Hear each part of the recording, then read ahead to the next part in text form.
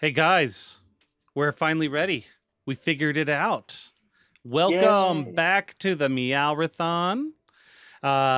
We are now on D&D5e, the Oops All Bards game. Also, let me know if the music's too loud because it's hard for me to tell. Um, and we're getting some yays and yeses. Um, So this will probably be a heck of a lot of fun. We've had a Battle of the Bards before. I think I had a different kind of concept behind it, but basically the same overall. And that was a lot of fun. So I'm excited. So let's go around. Have you folks introduce yourselves, and if you have something to plug it. I'll let Cass start, and then let everyone know who's next. Awesome. Well, hello everyone. My name is Cass. Some call me the Wikipediam, a hoard of treasured knowledge about this wonderful game, D&D, and TTRPGs in general. I am here to raise money for the kiddies. We are here for the OD&D tabletop role-playing Meowrathon. My first year in. And I figured I'd bring my many years of experience and try and help save the kitties, help get the kitties adopted. So that is who I am. I will be your illustrious or devious and cruel dungeon master today. And joining me as our beautiful bardic trio, we will start with Chris, since you are at the top of my screen. Oh. Let us meet you and your character and anything that you want to plug. Sure. Hi, I'm Chris. Nothing special to plug. But my character that I'll be playing for the Bards is a half dwarf, half halfling named I'm Here Dolber from the illustrious and prestigious Dolber family that is well known across the continent of Din. I am a former magician turned street con man, using illusion magic to rob all the marks that I can. And I've got to make it big because I need to win back the house that I lost. And who might you have lost that house to? To a magistrate, Lord, whatever you want to call him. I call him a general asshole, but his name is Lord Barrett that I lost this house to. And I'm going to get it back. I just got to win big. That's all. Just got to get that next score. So. Very nice. Welcome, Chris, and welcome. I'm Here. That certainly will not get old very quickly, like it has definitely not in any of my home games. Let us meet Aspen and his character. Okay. Hello, I'm Aspen. First time being on the Meowrathon. I am playing Abraham DeLacy. He is a orange-furred tabaxi, College of Dance bard. He grew up on the streets and has very slowly worked his way up into doing very large performances. Kind of more on the up and up. Likes to just make people smile and put on a good show. He is in this competition because he wants to get his name out there and most of all prove to himself that he can do it. Very nice. Making a name for yourself. One dance step at a time. Welcome Aspen and welcome Abraham. Let us meet our third last but not least, final player and character. Jonathan, let's meet you and your character. Hello, I'm Jonathan Payne, if you're being formal. And I will be playing the High Elf Bard Jethrolius Tullian. He, 2.5 centuries ago, was a pretty big deal. People were into him. Since then, he's kind of faded out, become just a very competent session bard. And he's out here. He wants to prove he still got it. You know, all these people.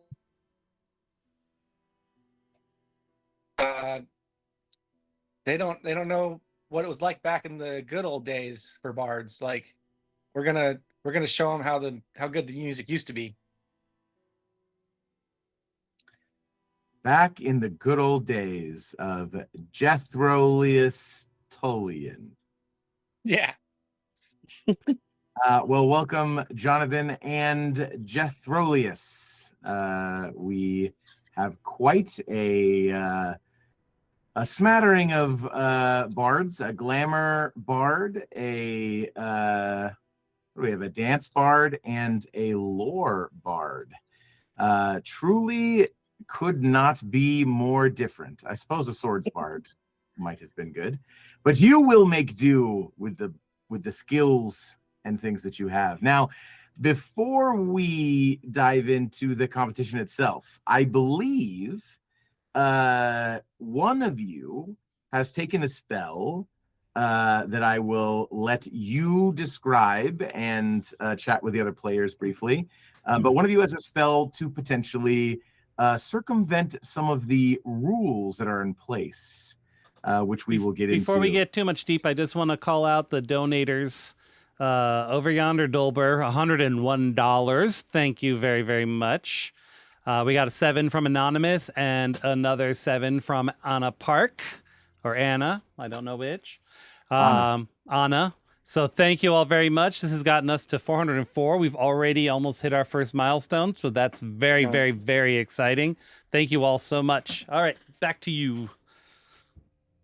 Very, very nice. So, players, one of you has a spell that may help you. Yeah. So, sorry, Aspen, remind me of your character's name? Abraham. Abraham. All right. So, all right, fellas, Abraham and Jethrotheus. What was it again? Jethro? Anyways, I am here because I need to win this competition. So I'm going to make sure that we have every advantage as possible. And they said that we can't bring shit with us, like magical shit, weapons, all that kind of stuff. However, I have a way of getting past all of that. So I'm going to cast my secret chest, and a chest will appear out of the ethereal plane in front of me. I'm going to open it up, and you guys are going to see various costumes, a couple vials of poison, a couple daggers. Is there anything you guys want to smuggle in too? Give us an edge. Is there room for a rapier? Oh, yeah. Well, then. Pull back my cloak and draw a rapier and put it in the chest. Cool. Weapons, more weapons, always good. Anything, Abraham? I think I'm good. If we get in any tussles, I have these, and he'll pull out his claws, or his claws. Oh, very sharp. Reminds me of someone I performed with a long time ago. Sad times. Oh, well, I'll slam this chest shut and shove it back into the ethereal plane. So we're all here to make it big, right? Right? Both of us, all of us, 3 of us, however many of us there are. Again, sure. Listen, I propose that we work together, right? Look, I don't really care about anything but the money. I just need enough money to buy my house back. So can we all work together maybe? Because, I haven't really performed since my partner's tiger ate that guy on stage. It was horrific. So it's been a while for me since I've done any magic. Not like magic, but like magic. I heard a rumor that the tiger was actually rubber. No, flesh and blood. Very well trained until he got too hungry, and my partner just decided to not feed him that day, so he ate the guy on stage. So, well, if it makes you feel any better, I don't have any plans on eating anybody today. That's good. So, anyways, all work together, yes? All right. We do have the same patron, so I guess it seems doable. So here's what I can do. I am very good at illusions, so I can provide you with background enhancing effects. I can misdirect very easily, and I can also. I'm very good at close-up magic, so my contribution is going to be a really fun card trick. But whatever you guys need from me, let me know ahead of time, and I can create some cool illusions. Sounds good. Well, my best art is that of the dance. Maybe flowing ribbons or spraying colors would do well with that. All right. I'm I also quite a musician. If I can play many different instruments. I am an expert of the lute and flute. Oh, hey, I play the flute too. I Well. see. I don't know if you'd call it playing, but I can make it make noise. Oh, also, if you need a tiny accomplice in crime, I do have a weasel. And you guys will see a weasel, like weasel his way out of my bag that's on my side. This is I Am. He's very helpful. So if you need anything from him, let me know. And he'll go back inside of his pack. It's always good to have emergency rations. So what I've found is you can't eat him because he kind of goes poof when he dies. So, yeah. Unfortunate. And then he comes back as a baboon named IR. So.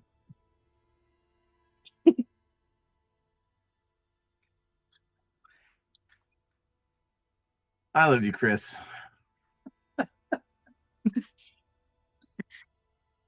Great. All right. Well, if there's nothing else, if we need to pre-plan anything else, no. I'm gonna go ahead and cast Nistel's mystic aura on my chest replica, so it shows as non-magical, so that it can be easily smuggled in. Very nice. And then I'm gonna address our patron because he's here with us, right? Mr. Oldman J. Gneely or whatever his pronunciation is. Yes. So his name is Jobin Neely. Jobin Neely. Hey, Mr. Neely, how long are we going to be at this competition, do you think? Because I've got a couple things I would like to prepare ahead of time, but they have a limited amount of time. Well, I don't right know how long you're going to be there. I suppose that that depends on whether you win or not. You see, if you don't win, you're not ever going to leave. Excuse me? Did I not mention that in my patronage as I recruited y'all?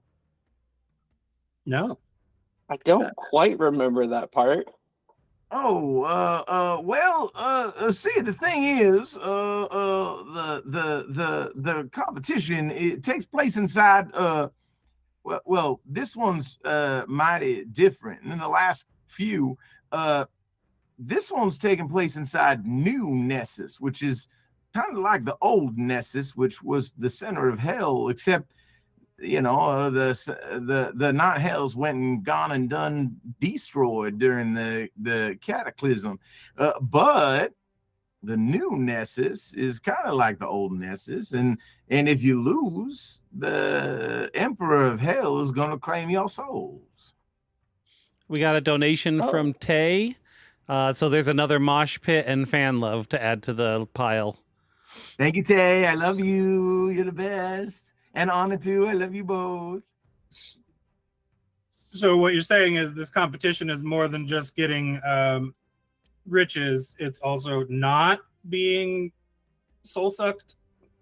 Well, see, the thing is, if you lose and you do get trapped in hell, you're gonna have to spend 666 of your long life years serving in hell, and time works differently there. So maybe don't do that. So it would be 666 years. Yeah, in Followed hell on- time. Where we are not aging? Well, you'll age, but you just won't ever die. And then if you leave hell after that, you will. And then, well, there's not been many elves who've lived that long. Definitely not Tabaxi. A bit concerning, to say the least, but Yeah, but I think it's probably too late to back out. It'll be fine. We'll win. I already got a sample of each of yours blood, and I already dropped it onto the contract in your name. So you're gonna compete in the competition, and you're gonna win me that golden fiddle. Right. Yeah, the fiddle goes to you, but the money goes to us, right? Yeah, all I want is the fiddle. All right. Well, okay, so you don't know how long this is going to take. No, but let me chime in and just say that I do have what you might call a few tricks up my sleeve. Not literal tricks. I don't perform the prestidigitations and whatnot, but I have a little advantage that will help us secure your victory. So all you got to do is get through the main part of the competition, and then once y'all get to the finals, I will step in and ensure that you walk away victorious. Oh, all right. Okay. I'm always down for having a cheat in my back pocket. I have a question. As someone who has experienced career ups and downs, let's say, there is a distinct possibility we might not make it to the finals. In which case, if we could acquire the fiddle and the money in a different manner, do you think you could arrange for us to get out of New Nessus? Well, no. I suppose that the old adage that anything is probable. I suppose in that sense that maybe, probably, possibly. We'll call it Plan F. Oh, I think it's much lower than Plan F. Yeah, I think Plan the Z. blood contract is a bit of a problem in that plan. But I do know a number of Fey darlings that might be able to step in and renegotiate your contract after you serve, say, 1/3 of your sins, and then I might be able to get you out on good behavior.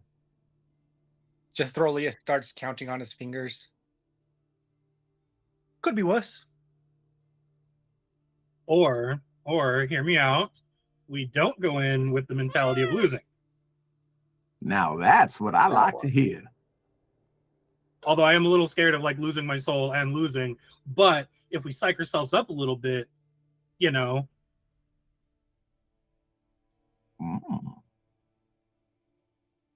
I think we got this. I'm the best dancer around, so I don't see how we wouldn't win.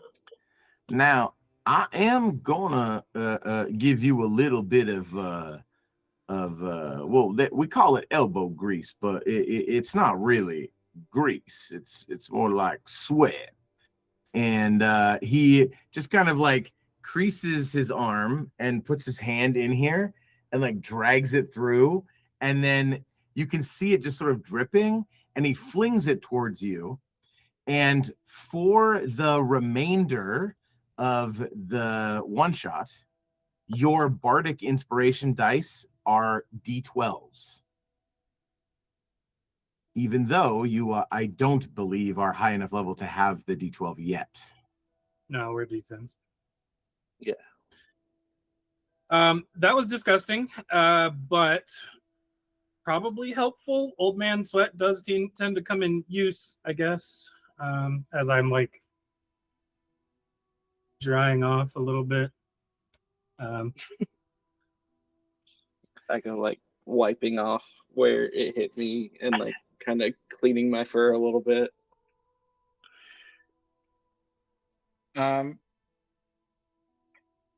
I think oddly enough, Jethrolius is taking this in stride. All right. There ain't nothing wrong with a little elbow grease. Hard work, a determined mind, and the mindset that you will succeed. Yeah. My name isn't Absolutely. Ja bin Neely. And you hear this sort of like hesitation in his voice before he finishes the name.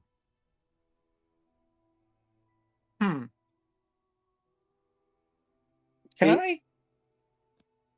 I don't know if it's smart to start burning spell slots already, but can I cast Detect Magic? Sure, absolutely.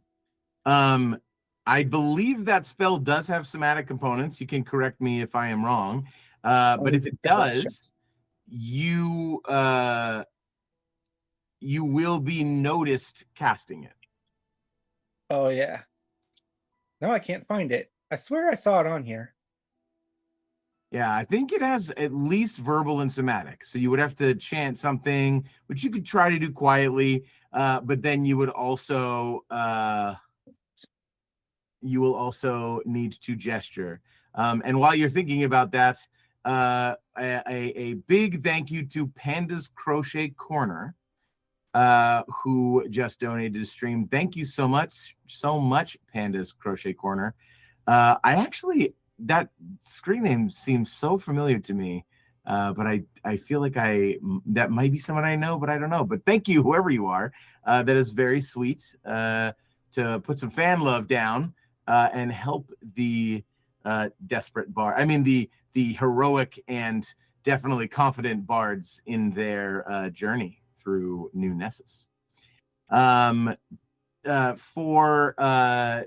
Jethrolius, Detect Magic does have verbal and somatic. Do you want to attempt to cast this subtly, or do you not mind that people in the room can see you do it? I'm going to kind of stand there as we conclude our conversation, kind of like, okay, and see if I can get our patron to turn around and walk away first, and then cast it at his back when he's not looking. Sure. If that'll work out. We'll see. Sure.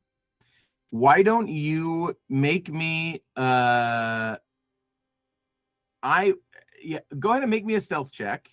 We do have some boons available to you. It looks like there are a few if you need them. You don't need to use them, but there's a bunch of fan love if you want to expend one, you can get a +3. Or you can use one of the mosh pits and give yourself advantage. You have 12 sources of fan love. There's a lot of fan love for this one shot. And you have 8 mosh pits. So you have 12 +3s, which you can only use one of per roll. Or you have 8 sources of advantage. Do you want to use either of them for this stealth check? Anyone mind if I use advantage? Go for it. No, I'm all good. I like chaos. That is a 14 and a 6. How does a 14 do? A 14. So as it seems the conversation with Jabin is coming to an end, he does at some point kind of turn away from you and gestures toward a doorway at the back of the study that he's had you come to meet him in. And the door, since we're looking at it now, it's very old.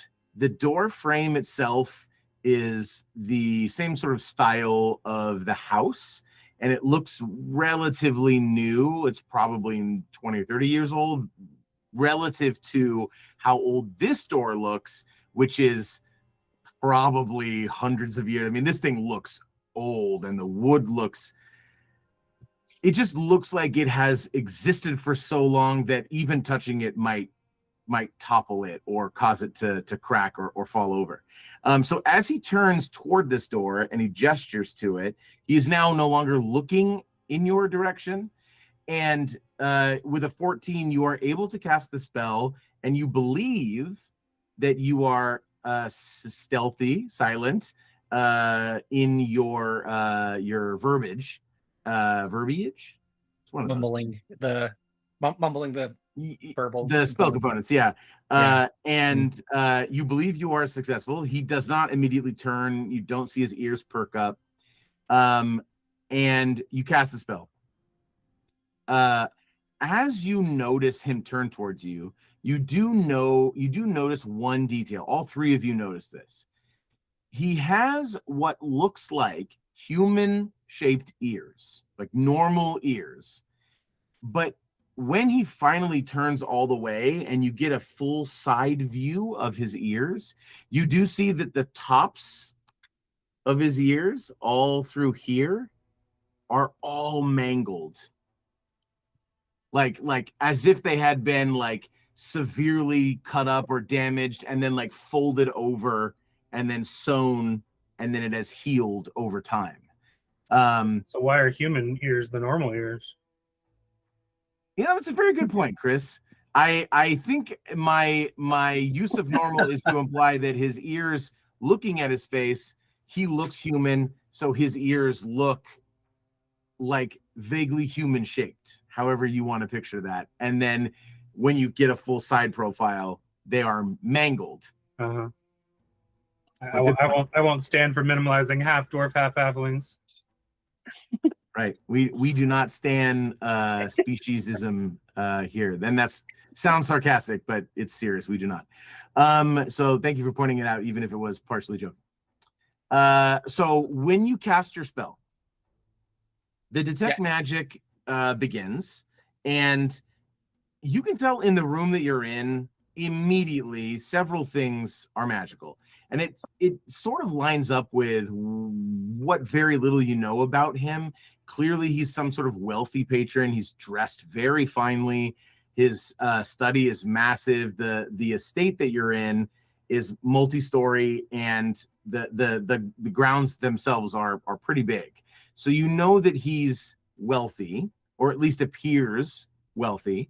And several of the things do detect as magic. Now, most of them are minor. The rug cleans itself. The broom is probably enchanted to, move around. It says Roomba on the side. You see that like all these like minor magical things. The only thing of note that is like not minor, that is glowing very, very brightly, is that Jabin has a ring on his index finger, and it is glowing very intensely.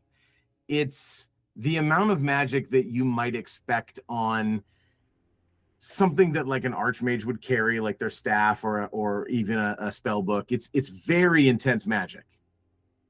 So you can tell that either it just is enchanted to seem magical, and if so, it's a very powerful enchantment just for that, or it might be a very powerful, very useful magic item on his finger. Okay. I'm seeing I have Arcana plus 10.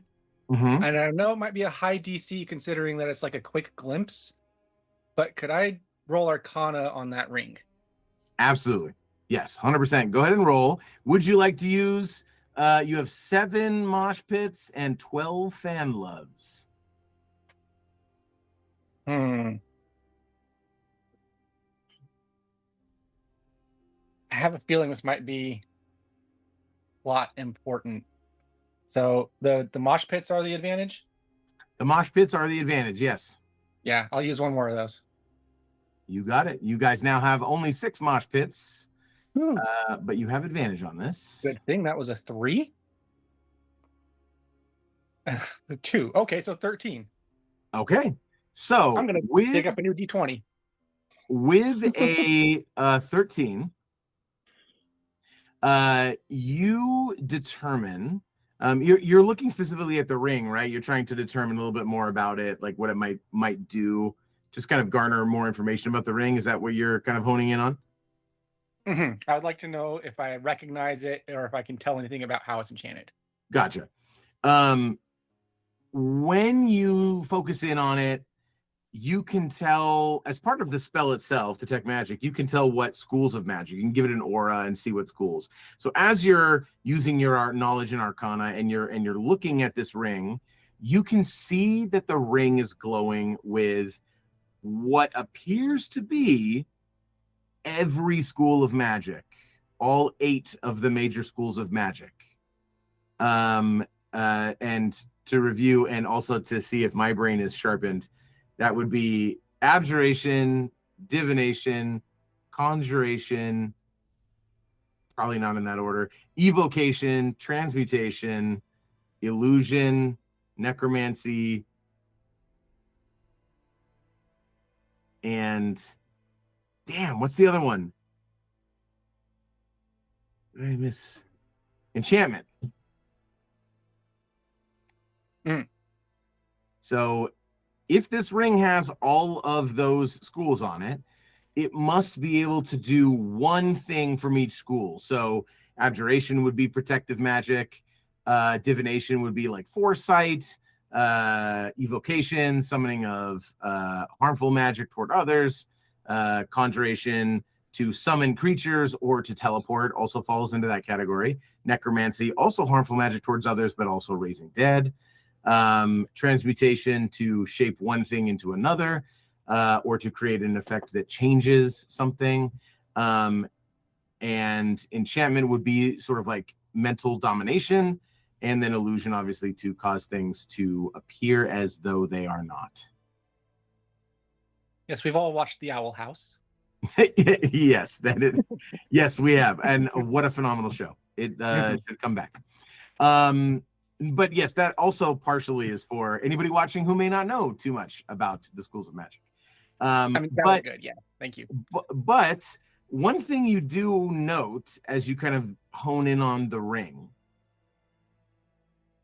you do kind of get the sense that he might notice that you're paying attention to it, because he's gesturing with the hand that has the ring. But then as you start to hone in on it to try to identify what it is, you see him like pull his, I'm not gesturing at the right camera, you see him pull his finger in like first before the rest of his hands, and he closes his fist and he puts his fist down by his side. And when he turns back to face you, his hand is no longer wearing the ring.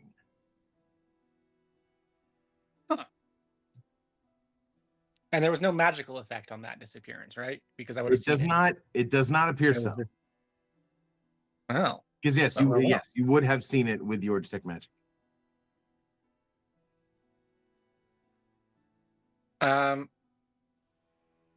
Okay. So, what does he have to say about the door?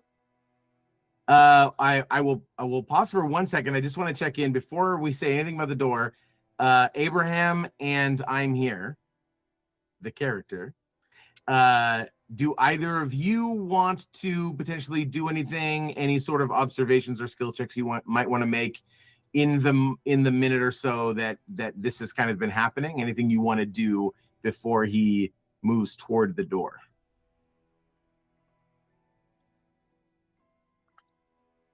I'm good. Okay. Abraham? I would ask him,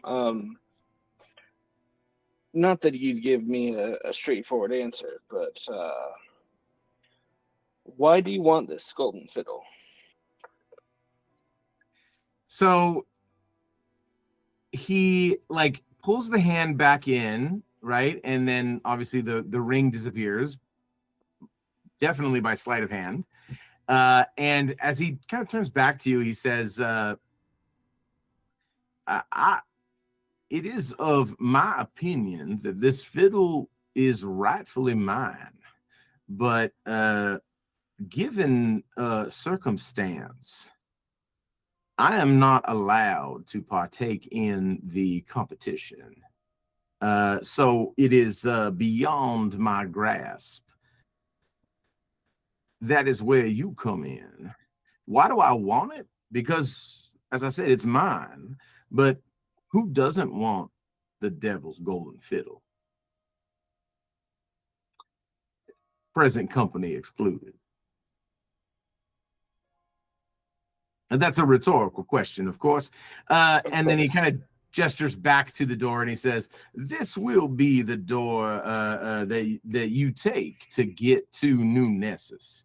It has been enchanted to create a portal that will take you there, although once used, it will not be functional again.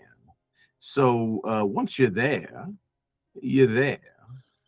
So if there's anything that y'all want to ask or anything that y'all feel like you need that I can provide, now is the time. This competition, you mentioned that there is going to be finals to it, making it sound like there's going to be rounds. Is it kind of like a talent show, or is it more like we're given tasks that we need to do? Do you have any insight on any of that? Well, nobody really knows the details about this competition, not even me, and I know most things. What I can tell you is that from what I have heard, there are a number of events that you will partake in, and you will be given the choice of which of two options per event that you would like. I imagine that New Nessus has an obsession with the number 6. So I imagine there will be 6 events, if I had to guess. And each event will have 2 options. You will choose which one you want to partake in. And so across these 6 events, you will perform your various arts, and whoever has the most points, I imagine, will move on to the final. Okay. Gives me a little more information. So when we win, how do we get out?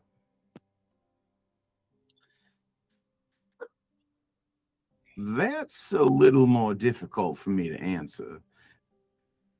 I don't know when or where you will exit New Nessus, but I can assure you that devilry, well, they are of their word.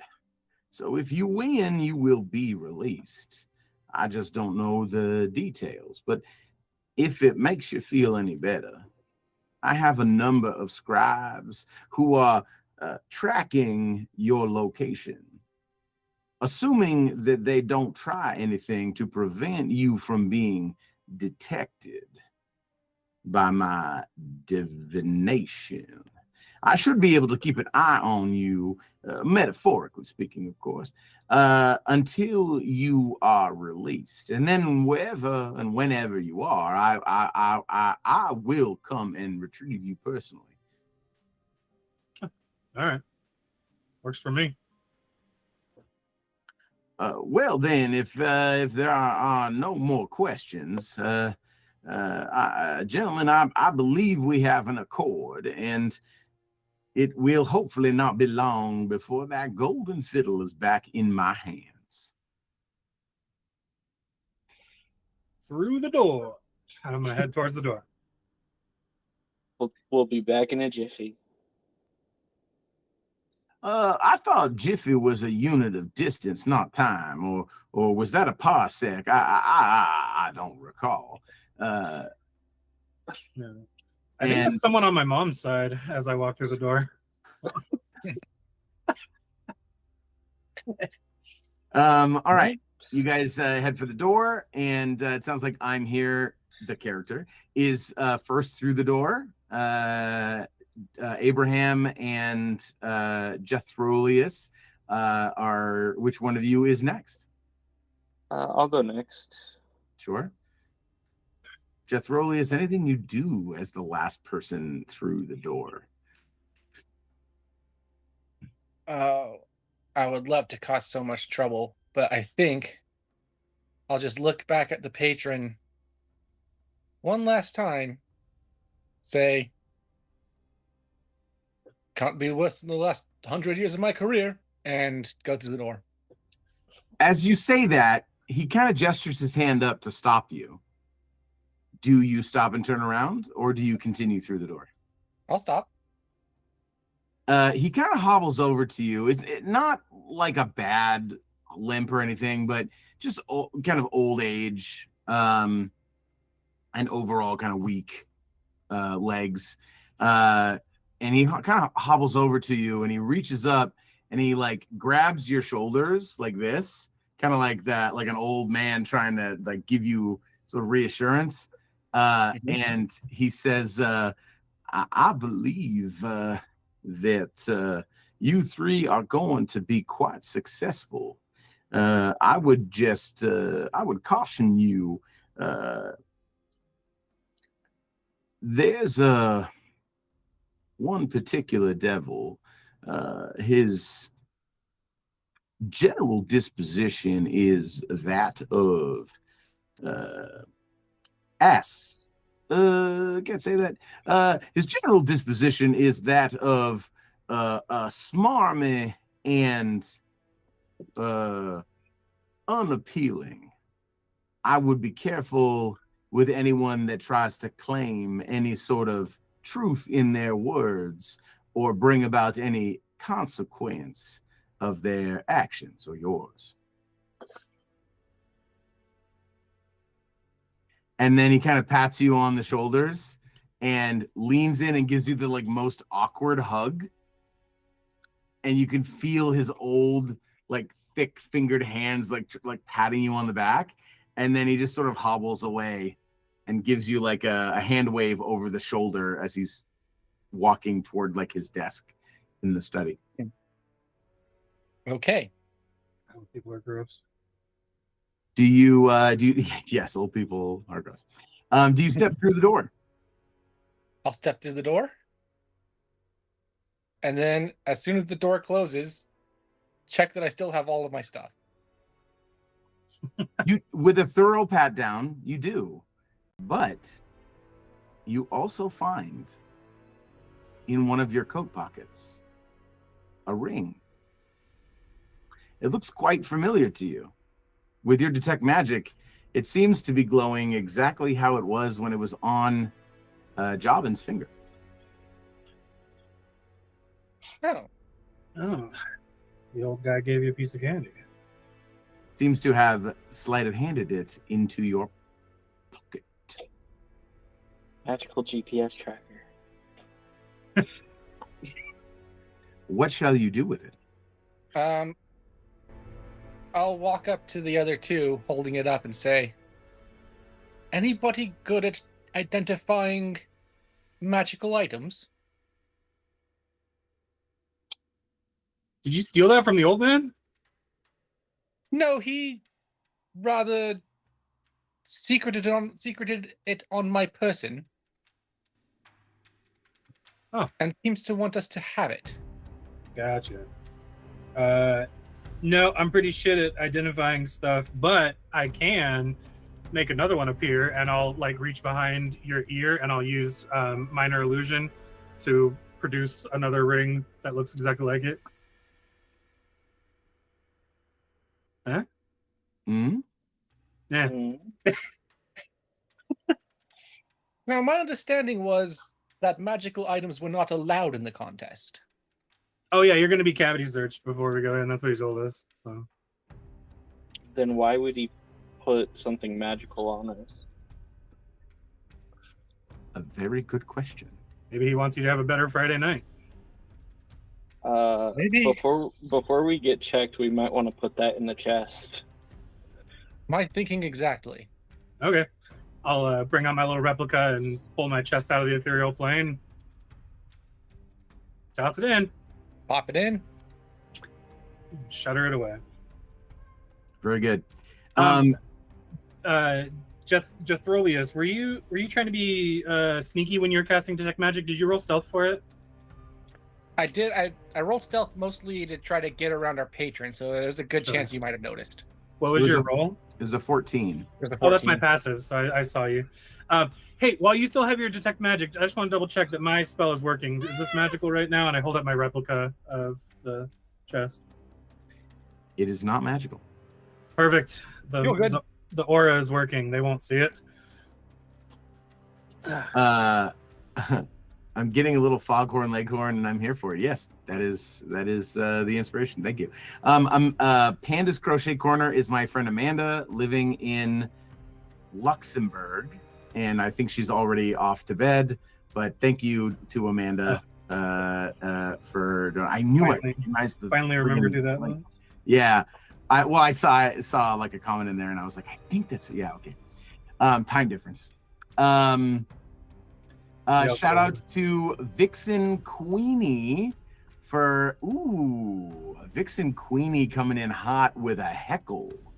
A boon for me against the party. We'll see how that goes during your first competition. Thank you, Vixen Queenie.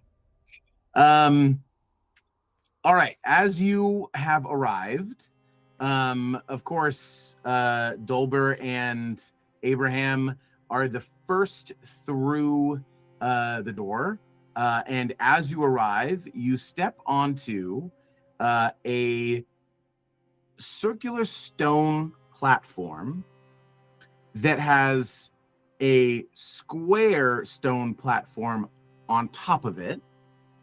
And so the square is perfectly sized so that each of the corners of the square touches the circle. So you have a little bit of like that overlap on the bottom. And then on top of that, there is another stone circle that fits within the square. And on that stone is a square pedestal. And there are 4 pillars at each of the corners of that second square. And drawn on the top square stone, just touching each of the corners of the pillars on the inner side, is a magic circle. However, this one in size is about 20 feet in diameter. Diameter is from one side to another. It is 20 feet in diameter, which is twice as big as a normal magic circle, which is only 10 feet in diameter. I think that's how that works. I don't math. And you arrive on this magic circle. Now, I know that Chris, as a player, probably will recognize the general layout of this platform because Chris's character in a homebrew game of mine has visited this platform before. And when you step out, your characters see wasteland in every direction. And you see the horizon and then nothing. No mountains, no seeming change of altitude. Altitude? Yeah, altitude? Yeah, right? Mm-hmm. In every direction. Just an endless wasteland. As a lore bard, I believe you are proficient in. Actually, I think you have expertise in all 4 of the knowledge skills, if I am correct. For Jonathan, for Jethrolius. That sounds right. Do either Dolber or Abraham, do either of you have expertise in any of the 4 skills that are knowledge skills, intelligence skills? Not me. All my expertise is in being shiesty. Very nice. I don't have any expertise in any of the knowledge ones. Okay. So for Jethrolius, you recognize where you are immediately. Oh. Jethrolius recognizes that you are standing in limbo. And limbo is a sort of crossroads, a sort of kind of in between. In the setting that you are in, which is my homebrew world, limbo actually exists on the same plane as hell and the abyss. So hell is where devils are, the nine hells. The abyss is where demons are, and limbo is the vast expanse that separates those two things. So those are kind of all merged into one area in my homebrew setting. And during the cataclysm, the two far ends of that have been destroyed. So now all that exists in the middle is limbo. So when you arrive, you see this limbo and you see nothing in every direction. And as you sort of all take it in, appearing there as if already there, just sort of like just out of sight for each of you, there is a tiefling. And the tiefling has deep red skin and black, kind of scruffy, kind of wolf cut-esque hair. It does appear that this tiefling is kind of feminine, femme-presenting. Dozens of gold rings, one gold like fang tooth, piercings all across all orifices on the face and ears, and is covered head to toe in the most, like, just the loudest, brightest, kind of gaudy, gold-trimmed outfit with like teals and pinks with gold trim, and just the most audacious, austere-looking bard is more or less what you see. Leaning up against one of the pillars, you hear sort of a soft voice that says, "You're late. They've almost started the competition without you." Well, then I guess we're right on time. I'm going to start walking towards them. Well, you're not exactly in the right place. You see, you've made your way to Limbo, but Limbo is not where the competition is. What? Sweet. What portal did you all take to get here? I don't know, some door in an old man's house. Yeah, our patron gave us a door. When you say that, you think there's a brief flash that you think this person is trying to conceal a reaction to your answers. Yeah, I would like to jump in and say, yes, that young woman patronizing us. She had us meet at her father's house to like smooth it over and give you both like a significant look. Right. Well, the portal that you took, it brought you here, but hell hasn't been here for almost 6 years. You're looking for new Nessus, which is back where you came from, I assume, on the mortal plane. Only problem is, that portal that you're standing on is not going to take you back there. Limbo's a sort of one-way trip. Fortunately for you, I happen to be passing by, and I am more than willing to assist for a price. Of course. What kind of price? Money, tricks, other kind of tricks? Just a favor, to be cashed in at a later date. Nothing excessive, nothing life-threatening. Just a simple favor. An ask, a request, if you will, for an exchange of something. information, a night at your house, a night of drinking perhaps on your tab, something that you could offer in exchange for my hospitality.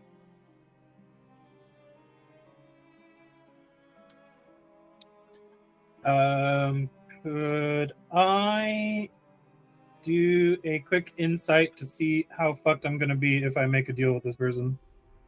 Yeah, absolutely. Go ahead and make an insight check. I think this is also a good opportunity for all three of you to make insight checks if you are interested. Normally, I will, if a player asks for a check, I let them do it, but this is a situation where all three of you are faced with this situation. So all three insight checks from you will be great. I'm here. What did you get?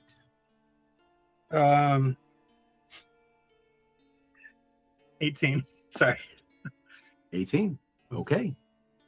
I rolled as well and got a 22. 22. All right. And did Jethrolius roll as well? Yes, 19. 19. So an 18, a 19, and a 22. All three of you sort of independently and perhaps even exchanged side glances with each other, determined that this person, this tiefling, doesn't seem to have any sort of cruelty or malice in their words or their demeanor or their facial expressions. They don't appear to be trying to get you to agree to anything terrible. All of the things they've said would rule out a bunch of stuff. Like, they clearly aren't going to put your life in danger as an ask of you. They've gone through a decent amount of things to make it seem like it is very simple. But I would say that together you sort of kind of determine that the reason why they're making it seem so simple is because there is some sort of catch or loophole. It just doesn't seem obvious to any of the three of you. Can we get one veto? Like, if you come and ask a favor, could we have one chance of being like, yeah, think of something else?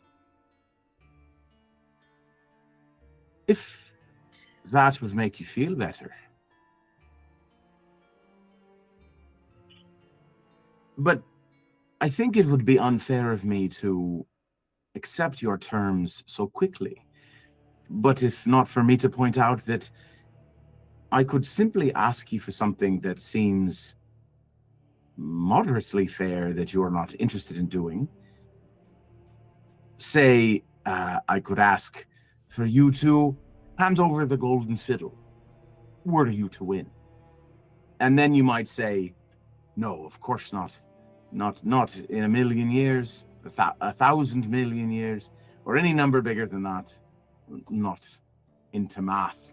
I'm a little on the not straight side, you see. We don't do math. But the thing is, I feel I'm being gracious by pointing this out about your counteroffer. If I were to want to ask you for something big that I knew that you would say no to, then I could follow it up with my true ask, and then you would be forced to grant me what I've asked for, given the rules of infernal contracts and all that. So, are you saying you just want the fiddle? Is that what you're saying? well, I'm sure every bard worth their salt is curious about what power and fame the fiddle might bring, but Well, it's good thing I'm worth sugar because I just want the money. So, I do have something a bit more practical in mind. I just want the flexibility to change what I'm looking for at a later date if I see fit.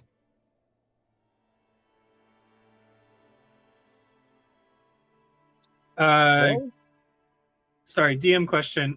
Yes. How did we get hooked up with Old Man Neely to do this? Like, were we just solicited? Did we know this person ahead of time? Like, You were solicited to come attend this on their behalf. But like he just picked us up out of the blue, or did we have like prior dealings with him? So. Nope, completely out of the blue. Okay.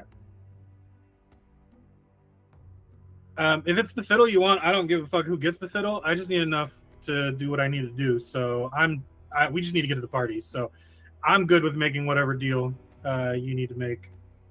So What say the other ones, gentlemen?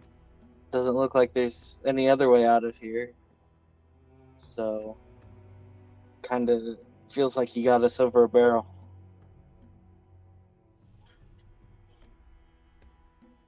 Is that I'm yes? sure a favor from me is worth something. If you need someone to play your great-great-grandparents' anniversary or something, so why not? Certainly. Is that a yes then from the three of you? Yes. Yes. Oh, do you need a yes from all of us? Then yeah, sure. Well, then I will be a devil of my word, and I shall use my magic to get you from here to the competition. And they snap their fingers, and the illusion of limbo dissipates, and you are now standing at the front gate of what looks like New Nessus. I should have known it was an illusion. I'll be seeing you inside, boys. I have a fiddle to win. The favor comes later. I doubt you're going to stand up to what Ravana is going to send your way. So it's clear that this person is a competitor, right? Mm-hmm. Okay. Before they leave us, I would like to attempt to sleight of hand a 7 of clubs into their bag. Okay. Make a sleight of hand check. And while you're rolling, we will shout out Anna Park, who has donated again a mosh pit and 2 fan loves. So you guys have lots on your plate. Would you like to use a mosh pit or a fan love? Do I need to declare that before I roll? The mosh pits you can use after. The fan loves you do need to use before. Okay. The fan loves are like a static bonus. I'm just gonna roll. So the new bardic inspiration, it's when you fail a D20 test. Correct. You will know the result, and then you can apply your inspiration. Okay. I will. Oh, I just lost what I rolled. It was a 19. I'm gonna use one of the mosh pits to see if I can get better than that. So. All right.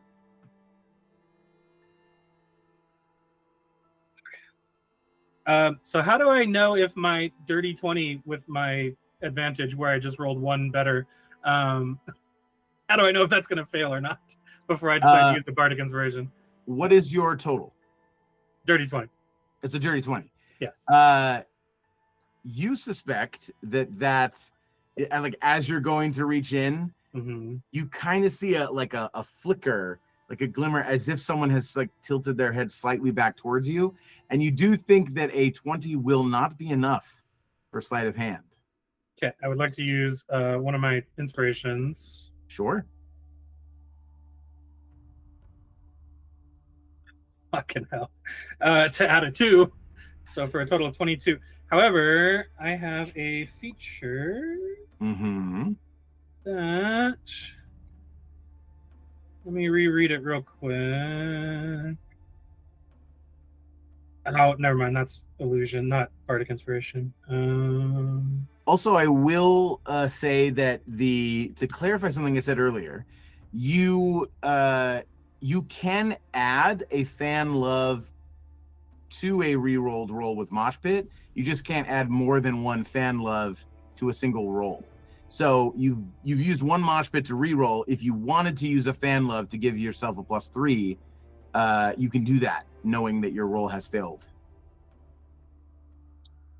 And you have 13 of them.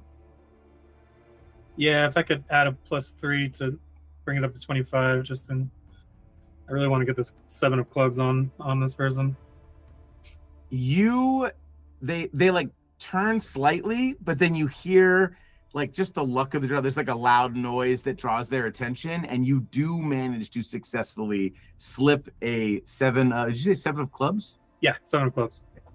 I'm gonna do my due diligence as a DM and write that down. Hey, me too, because I'm gonna forget. Yeah. So you manage to slip that in. As they walk up the stairs, the doors to this palace open, and you guys can see into this like massive courtyard where there are groups of people, groups of bards that are all kind of warming up, doing various acrobatics, juggling, magic tricks, breathing fire. There's all sorts of things that are happening. Would you guys like to enter the courtyard of the palace? So Yeah. let's walk in slow motion while cool blues music plays. Yeah.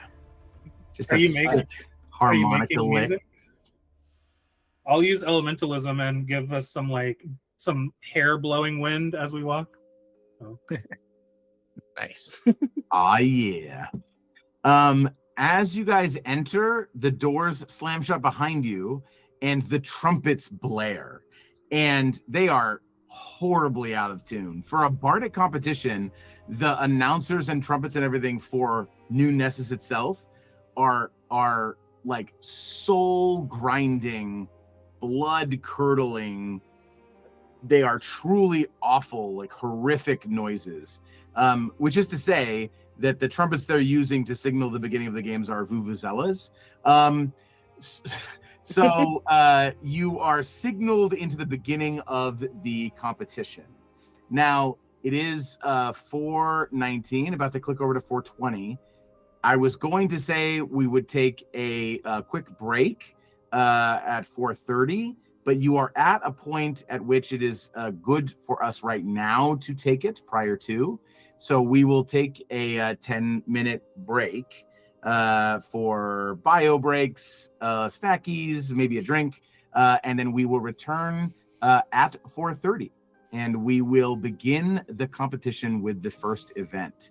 Because you are technically late, you are being thrown in right away with no pomp and circumstance. Oh, geez.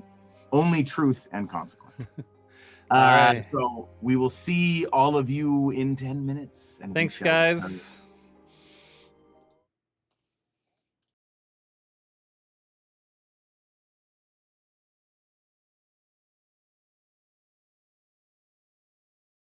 jump back in and we will pick up the competition. All right, we are back, everyone, and I just want to call out, thanks to Crackhead Barbie 89, we have passed our first milestone of $500.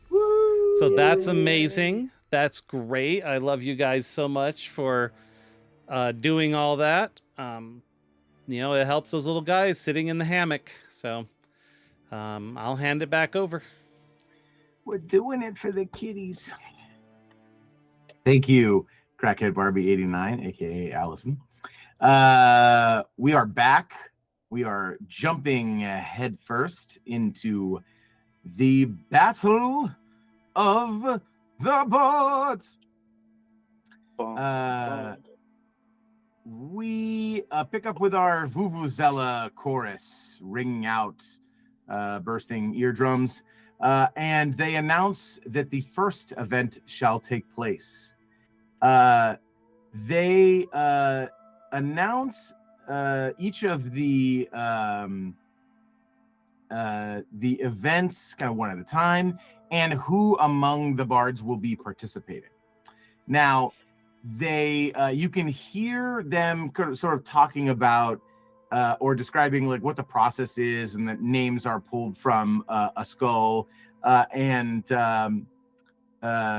certain number of competitors per competition are drawn, usually 2 or 3, depending on what competition it is. But as they begin, they announce the first event, which is dancing. The first event is a dance contest, and they announce that the bardic groups that are competing in this competition are Mirage Adu, which they explain is 2 of the 3 members of a very famous mortal based bardic trio, normally called the Mirage Atois. They are a trio of bards that perform very illusory, complex performances. Next, they are drawn. The name drawn is the Silent Bobs, which is a trio of mimes, a Goliath, a human, and a halfling, and they all have bob cuts. And then they draw what they announce is the final name, which is Brinley Beatrice Blackheart, the Baroness of Burlesque. And as the crowd goes wild, it is hushed immediately as they say, "Oh, we..." Quiet falls over the crowd. Thank you. I am Ravana, the Lord Emperor of all of the 6 hells. There used to be 9, but there were budget cuts. I have declared that there shall be a 4th entry. In this category shall perform the Unnamed Trio, sponsored by Jobin Gunili. Unnamed Trio, sponsored by Jobin Gunili. You will also be competing in the dance portion. And just uproarious laughter, but not the good kind, the mockery kind, because as you are escorted into the amphitheater, the crowd begins to laugh at you and heckle you, and they are going to force all 3 of you to make wisdom saving throws. Now, this is a very special type of vicious mockery.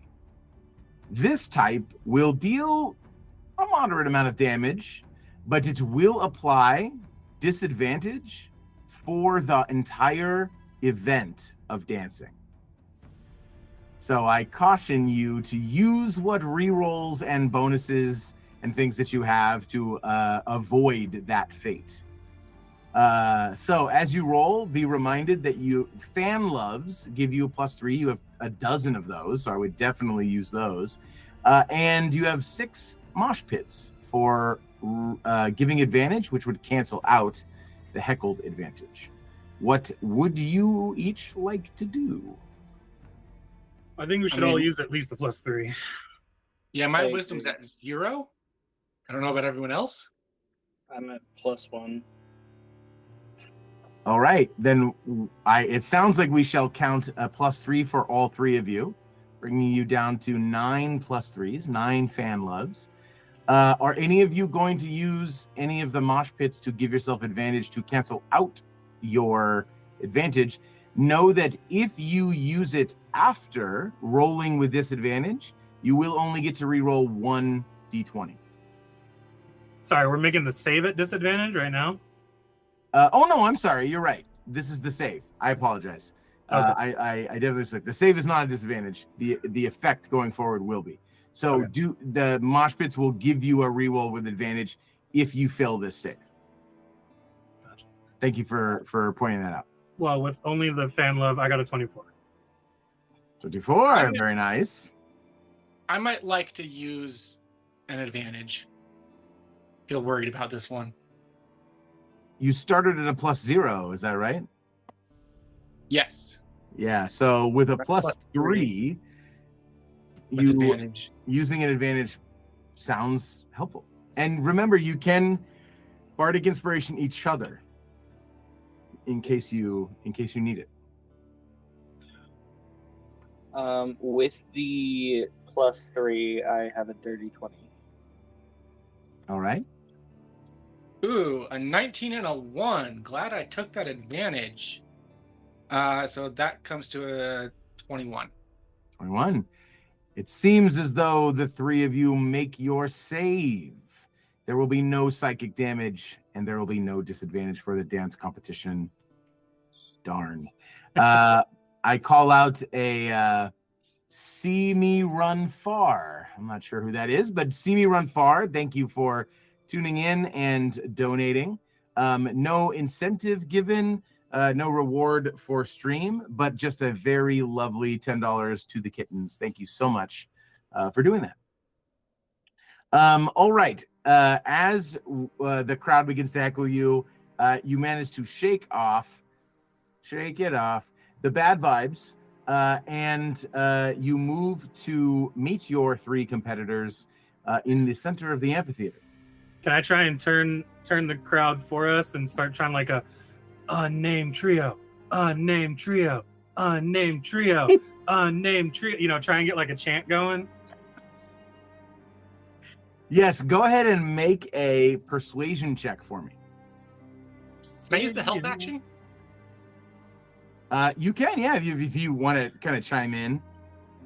Yeah. So, advantage. Sweet. So 25.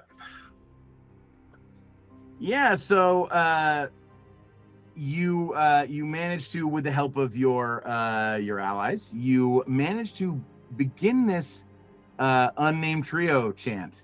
And despite how slightly off-putting it seems, at least to my ears, to try and get a whole stadium to chant unnamed trio with too many syllables, you manage to get a significant amount of them to chant it, not for very long, but you do get them to chant it long enough that the heckling starts to die down and the crowd does fall silent by the time you begin your performance. All right, well, we found our team name. As you are given about 5 minutes to decide which of the two categories you will fall into, and you will perform a dance routine together, the three of you. Although you do not all need to dance, well, at least one of you does.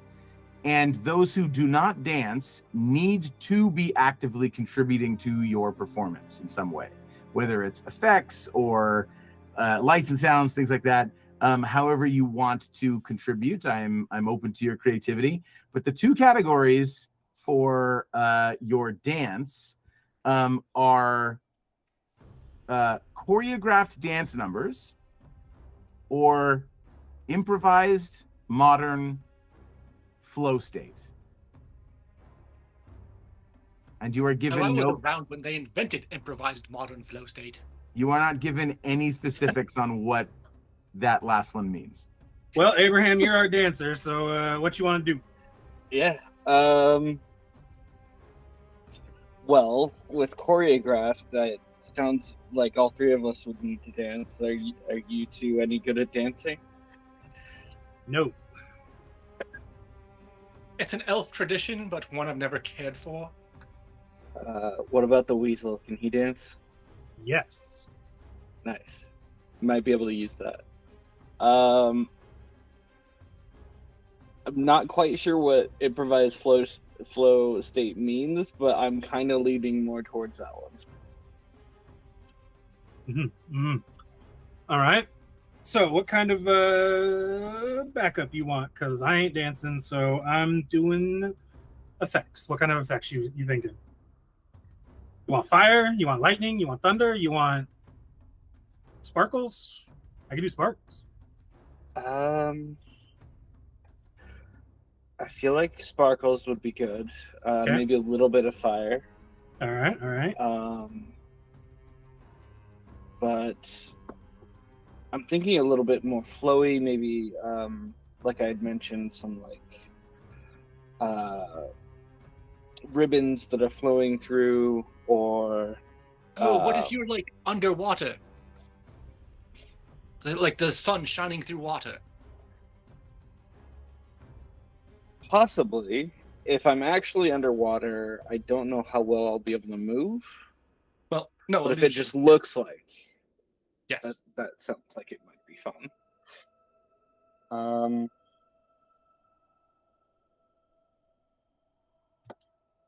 Not sure Alright. how well that would work with the fire, though. That would be a brilliant dichotomy. Water, fire. It's like the old days all again. Let's see. I can make an illusion for you, so you're looking like you're underwater. I can make some fire appear if you want. I can make sparkles appear.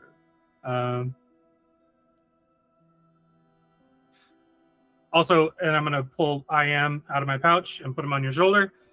Use them as you see fit. And I'm gonna address I am. I am. You're listening to Abraham. He's your boss for right now. Okay.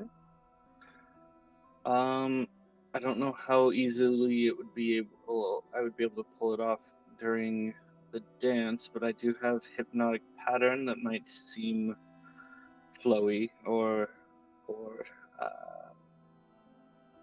be a bit of a dazzler.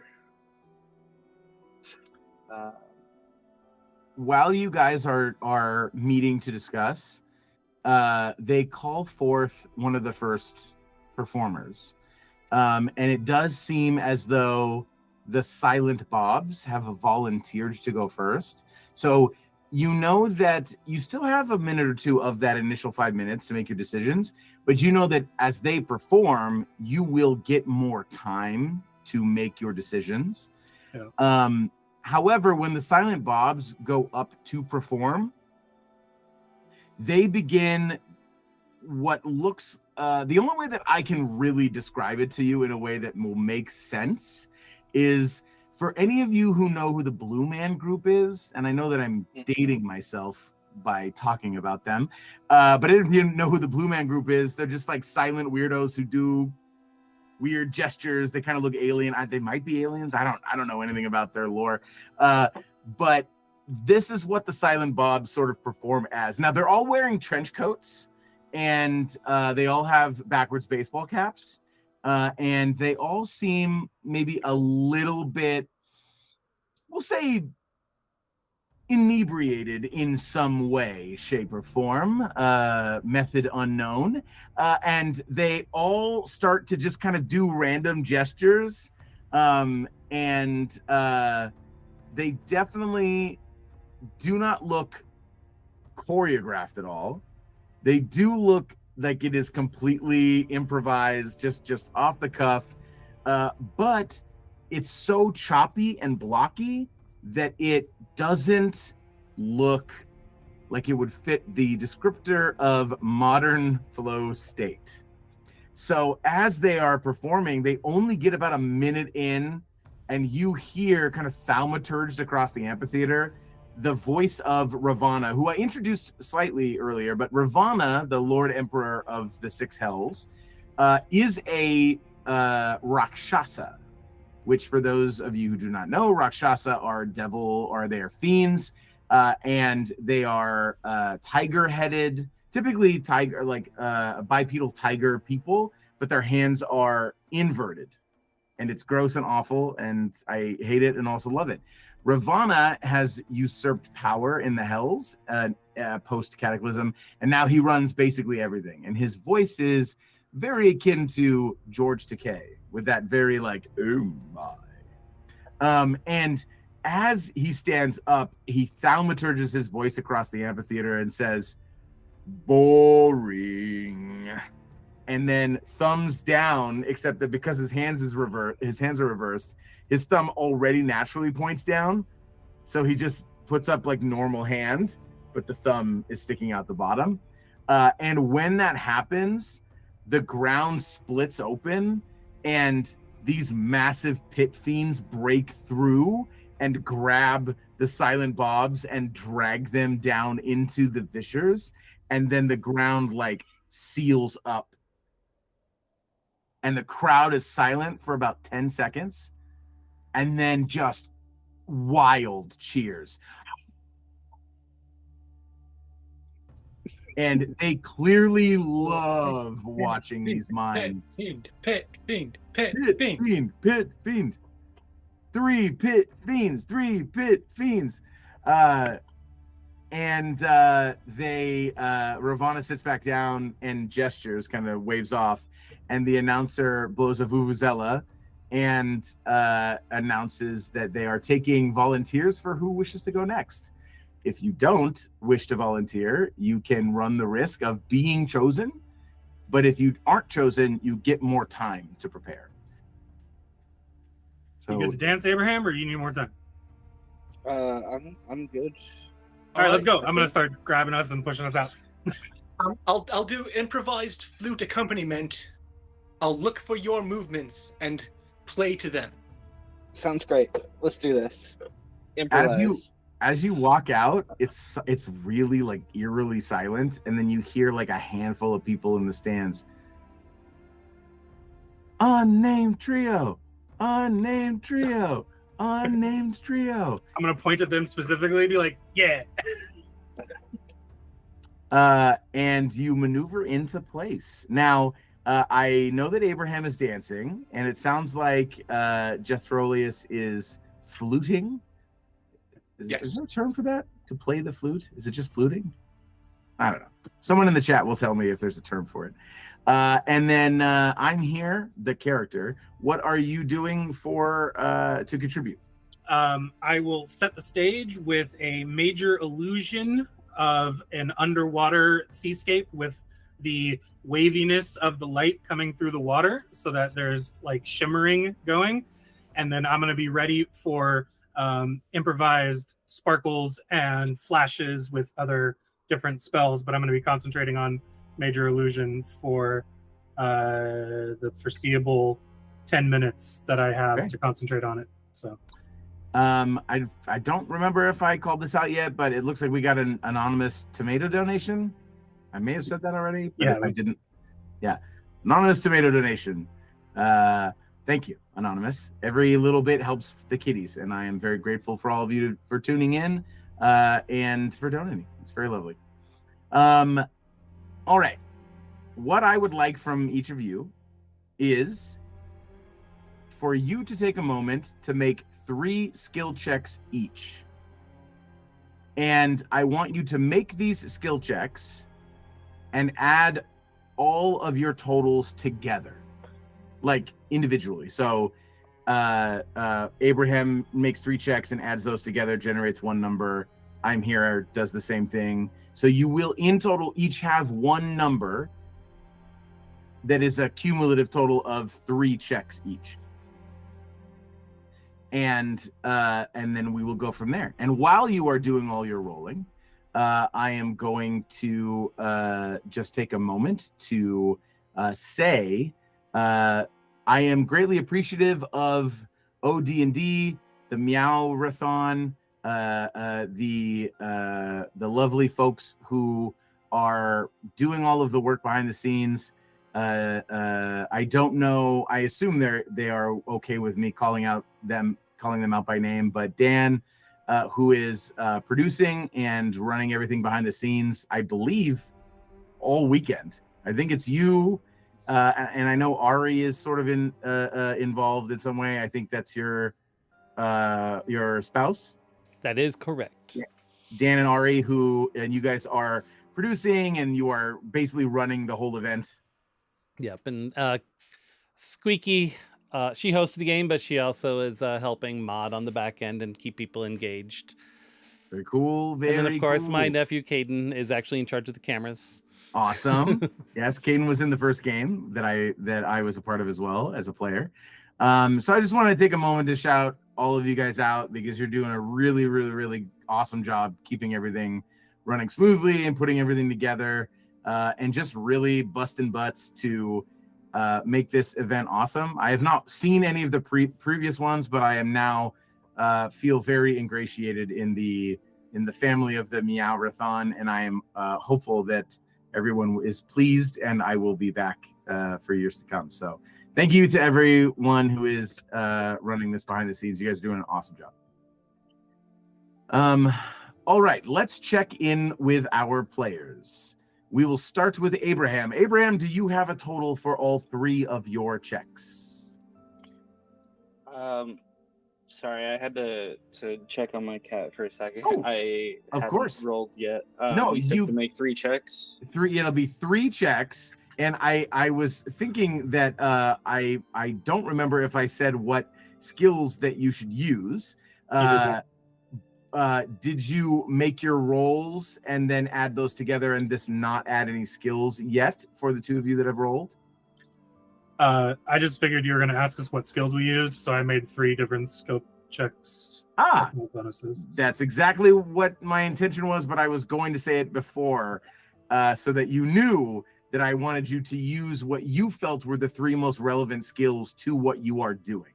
Yep. So, Abraham, Aspen will give you a minute to gather that up. I will check in with Chris. Chris, what are your 3 skills and what is your total added together? So deception, stealth, and performance. And the idea is I'm trying to be as convincing as possible with my illusions. So there's the deception. I'm trying to be as stealthily as possible to be like a stagehand, running around in the back, doing like little magics here and there, But I don't want people to see me. I want them to feel the overall illusion, and then just a general performance check. My total is 75 for all 3 of those. 75. Now, through the course of your performance, you do see that there are a number of people who start to, as you're weaving everything together, they start to not boo, but they do start throwing rotten tomatoes toward you. So as you cumulative total for 75, there are several tomatoes that come your way, and you do take 5 off of that score. So your total after taking a few tomatoes is a 70. So you, for yourself, have earned 70 points as your part of this event. Let's go to Jethrolius. Jethrolius, what are your 3 skills and what is your total? Do they have to be different skills? I would prefer that they are, but I'm open to hearing any sort of argument for using the same skill. Because I was thinking of just playing the flute. I was going to do performance across the board. Okay. But I can pick different ones. I would say to give us some variety, perhaps maybe looking at some of your knowledge skills might help as well, in perhaps like a history check that might incorporate some historical pieces that might involve hell that might go over well, or arcana to weave maybe slight magic into your music. So I would encourage you to use 3 different skills. Okay.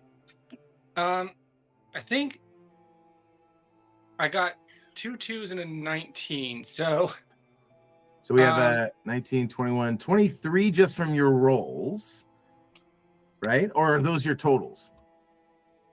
Those were just my rolls. So I'm thinking, start off, he's just going to just try to do competent performance. Okay. And it doesn't seem to be going very well. So that's a 14. Gotcha.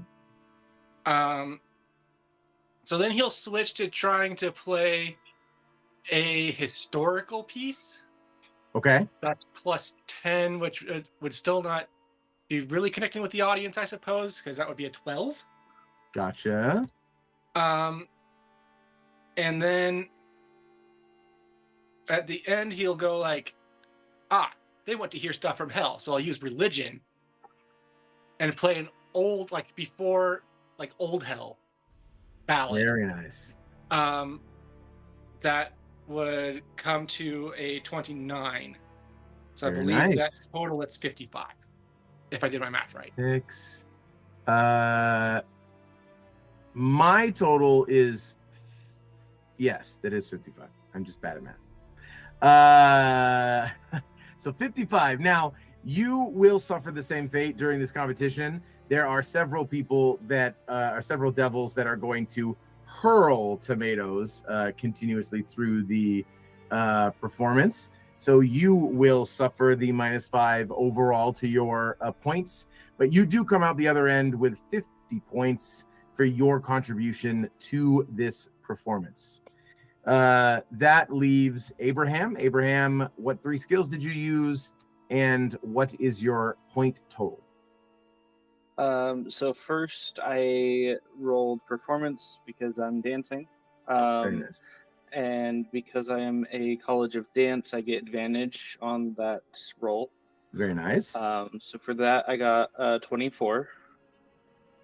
I then was thinking I'd use persuasion to try to persuade people through my dance to feel some sort of emotion. Maybe nostalgia, since he's playing a more old hell tune. Yep. And then I did acrobatics. Very nice. So it was a 24, a 26, and a 22. So a total of 72. 72. Now, with your series of tomatoes, you will receive the -5, but that still puts you at 67, if I can do my math right, with 67 points at the end of the round, bringing you guys up to 183 points. Oh, Chris? Can I just add a little bit of flavor? So Yeah. when they start going into the historical tune and the old hell, I'm going to put a sepia filter over my illusion, just so but it still looks like it's underwater, but I want it to be like old timey, Gotcha. So, and when you say sepia, you mean like that grainy sepia old film, and not like the yellow sepia that they use to represent Mexico in literally every movie ever? Correct. I'm not referencing the Mexico filter. I'm referencing the old timey filter. Okay. All right. Maybe we'll see some old timey film strips on the side flicker by as well. You know what? As a matter of fact, because you said that, I think that you will not suffer the fate of the tomatoes. And your contribution of the sepia filter will get you your 5 points back. I feel like we should split the points because, like, I was inspired by the historical tunes and the nostalgia dancing. So certainly, ultimately, I am scoring all of your points together. The only reason I'm tracking them individually is in the event that any one of the 3 of you decides to break off at any point during the one shot. I want to know how many points you have, but Gotcha. It doesn't seem like it is likely that you guys will do that. So I am just sort of tracking them all together. Okay. But yes, good call on that as well. After you guys perform, the crowd cheers a pretty significant amount, and now about half the crowd is steadily chanting "Unnamed Trio, Unnamed Trio." See, it's got a rhythm to it, yeah. Unnamed Trio. I had to do it a third time. Yeah. Comedy comes in threes. Some people say. I thought that was tragedy. Tragedy comes in threes. Well, I mean, comedy comes in threes as well. Or I guess there's 3 rules of comedy. Yeah. Know your audience, know when to stop. Comedy comes in threes. Although sometimes it's the 3 rules of comedy are know your audience, know when to stop.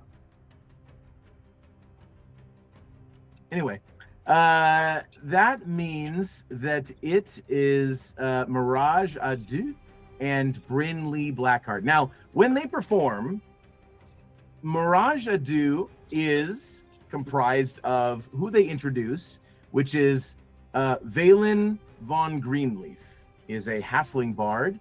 They introduce him as Valen von Greenleaf of the city of Hub, which you would recognize as a major port city in the world. Your characters would recognize it. And then they also introduce a tabaxi named Razalax Dazalov. And that's a name. When he steps out and is introduced, he like grabs a hold of one of the announcers and is like, "Thaumaturge my voice," and then gets thaumaturged, gets amplified, and then you hear this like Can I in response to hearing that, I really hate to waste a 3rd level spell, but I think it's hilarious. Can I use Dispel Magic to cancel the thaumaturgy? Counterspell? No, just dispel it so it stops like partway through it. Sure. He's like, hey, what are you doing? Back. And he gets kind of grabbed by the coattails and drug out to the center of the amphitheater. And they begin, between Razalax and Valen, they begin a rendition of Give on the old razzle dazzle. And you can tell pretty quickly that Razalax Dazzlov is razzle dazzle. And Valen is commanding ghostly instruments and is producing a massive like orchestral background like Broadway production style music with Razalax Dazzlov like singing, but it is not taken well. Hell is many things, but fans of musical theater, not one of them.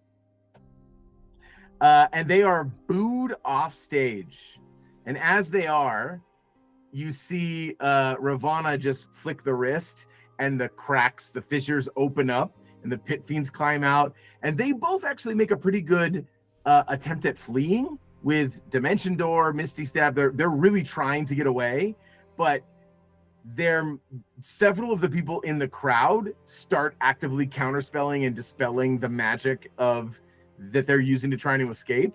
And the pit fiends do eventually grab them after a minute or two as well, and they're pulled down. And then when Brinley steps up, oh yeah, Chris.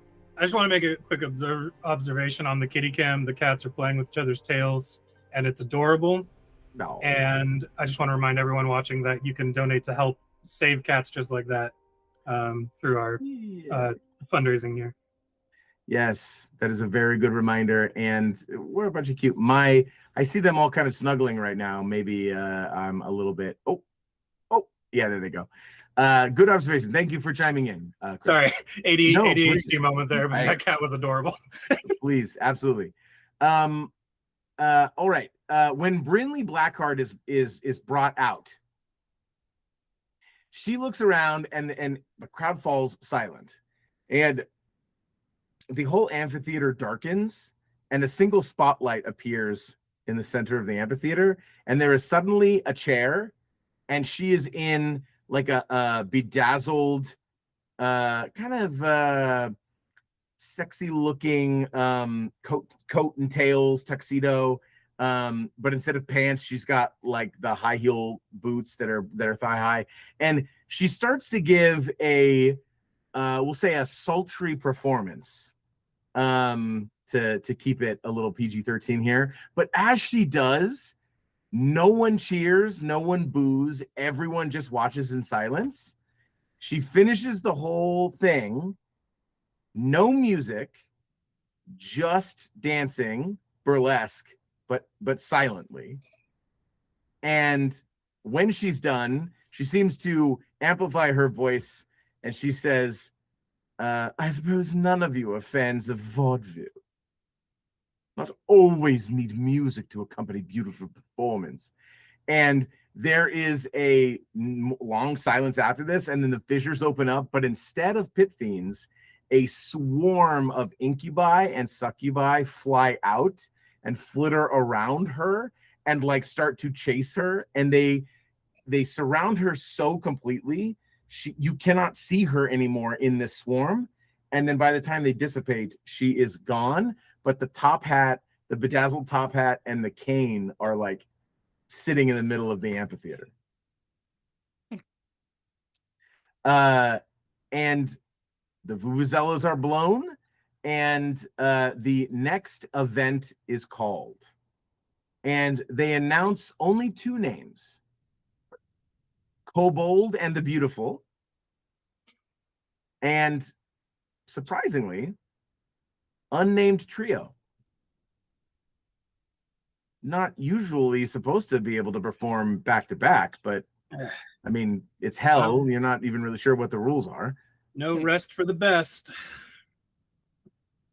The other bards give you the opportunity to potentially volunteer first, as you are told that you have a choice between performing a cappella or performing an orchestral song using only the instruments that they provide you, but you don't get to see them before your choice. So you either have to perform a cappella or mystery orchestral performance. I'm leaning a cappella myself. That's fair. I do have proficiency in 6 different instruments, but those being the ones they pick is a risk we may not want to take.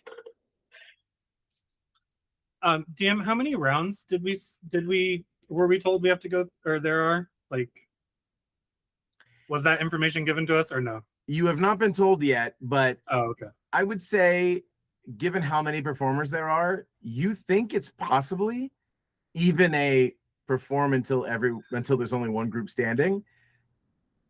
Probably Jobin's guess of 5 or 6 rounds ish is probably accurate. Okay. Given how few people there are here in this performance. Well, I'm gonna be honest with you fellas. I'm shit at either. Like, I can play the drums and I can play a flute. That's about it. But I haven't done music in years. So, but I can do this, and I'll like do the cool like little where you make the card disappear behind your hand, and then make it reappear. I can do that.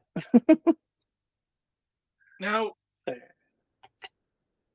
illusions can be sound, can't they? They can. I'm running a little low on juice on the sound illusions, but they can.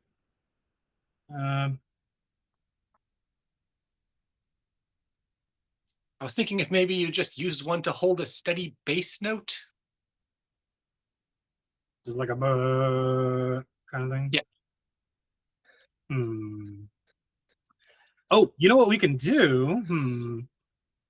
If you just need like a steady note, you can give me that note. Let me double check my spell real quick. Shoot. DM, Magic Mouth can't be used by, like, I can't cast Magic Mouth and have the person, a different person, speak into it to be recorded, right? You know, I don't know if the spell normally includes that, but I have no problem allowing it for this one shot. I think that sounds really fun and cool. All right.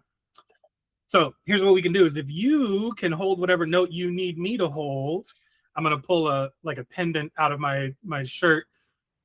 I'm going to cast a spell on this, and this will make the sound that you make into this.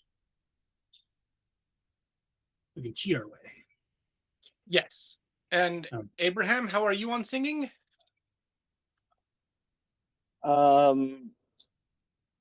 General performance wise, I feel like I should be decent at it. I could also try to accompany with like percussion of like claps or like stomps, that kind of thing. Kind of use my dancing to create music stomp style. Okay. What if we go with the Magic Mouth and that? And let's do a quick round of bardic inspiration on each of us. Just a circle of it. A circle of bards giving each other inspiration. Inspiration. That's cool. I like that. I'm down. All right. Yeah. Sounds like a plan. Yeah.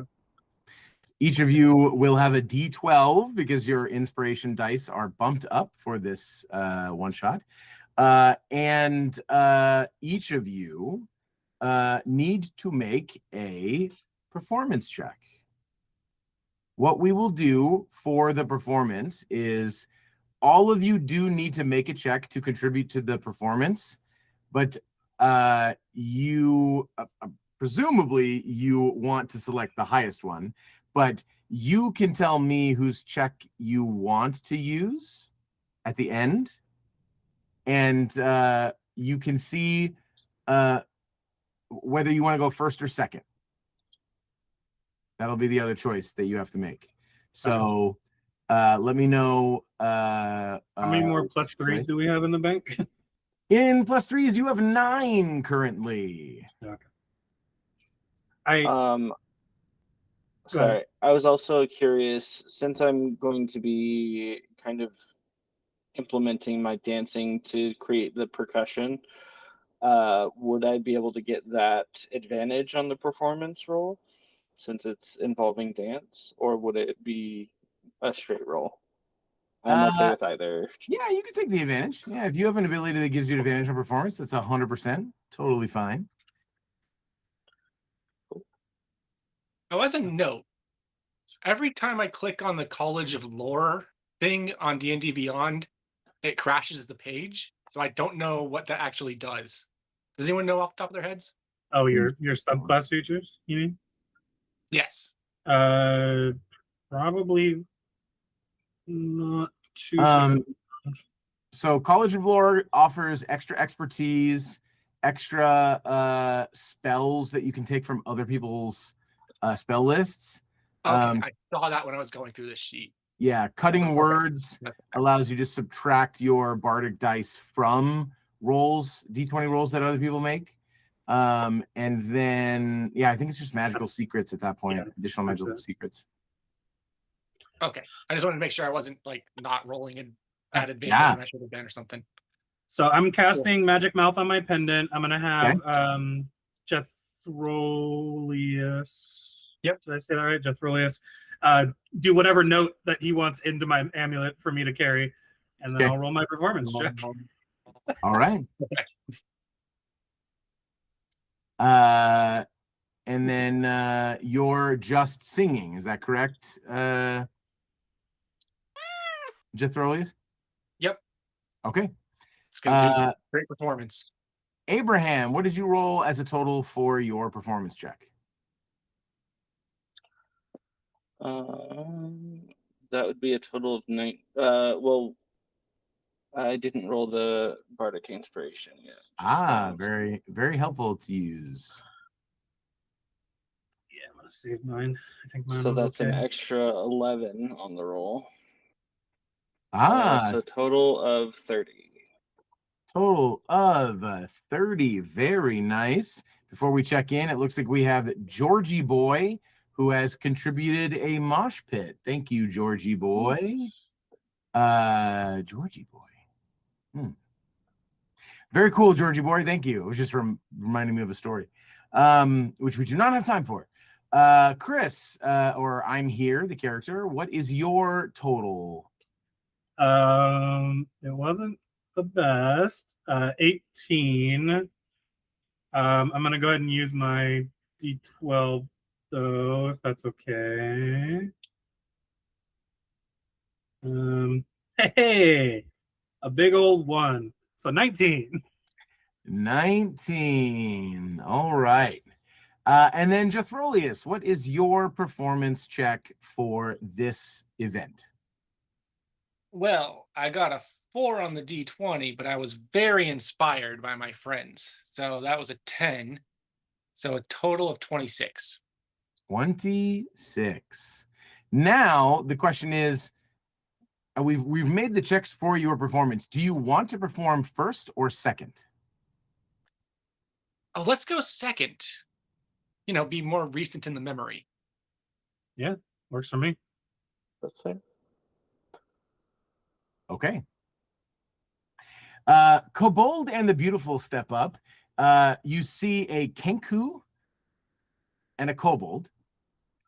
And the Kenku is introduced as Gensring, and the Kobold is introduced as Knickerbocker Bockerneck. And they comprise Kobold, and the Beautiful.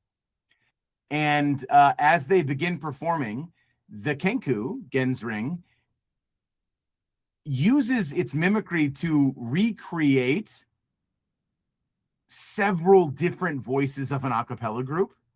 And the sound that you hear is as though there's 24 people singing on stage. Mm. And it kind of seems like the Kenku's just doing all the work, and the Kobold is just holding its mouth open and using some type of minor illusion to make it look like its mouth is moving.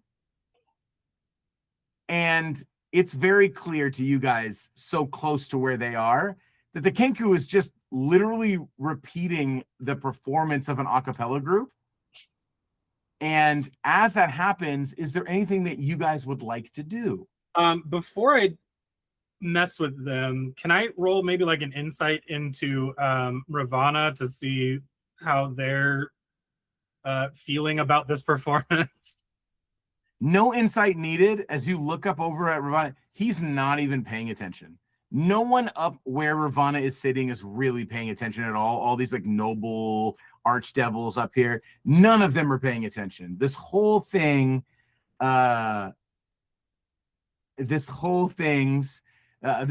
like beneath them, literally, but also metaphorically. So when the other acts were thumbs down and sent to the pits of hell, Ravana was the one that made that decision, right? Correct. And when we didn't get drugged down to hell and the audience cheered for us, did Ravana give us a thumbs up, or were they just not paying attention? They seem to be not paying attention most of the time, and then they'll like turn to look at it and then give the thumbs down and then turn their attention back away, like kind of like an afterthought or a side thought, like just not full attention. And yes, you are the only ones so far that have not been thumbs down. So can I change my insight roll to then maybe gauge what the crowd is going to do? Because it seems like Ravana is either disgusted and just making a decision or going with the crowd is what I'm gathering. Go ahead and make an insight check for me. Okay. That would be a 25. So, I mean, you're only one full event in. This is just like mid-second event, but you can already kind of tell that Ravana's decision and the crowd cheering are not really connected. Like the crowd likes what they like. Ravana seems to not really be paying attention to what they like and just kind of on a whim, thumbs downing, like whatever, this is fine. So you kind of think that like there's no real correlation between those two things. It seems too random to be chance, if that makes sense. Almost like someone is deliberately trying to look random. All right. Kind of gleaning that I'm not going to commit a spell slot, but I would like to mess with the kobold. So I have the telekinetic feat, so my mage hand is invisible and I don't have to use components to cast it. So I'd like to send my mage hand to kind of like flick him in the eye to make him like squelch, like to make it so people realize he's just lip syncing, kind of a thing. Sure. As that happens, you start flicking him, and all of a sudden you hear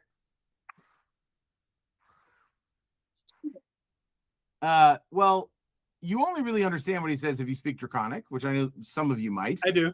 But his shouts are in Draconic, and you just hear him shouting like,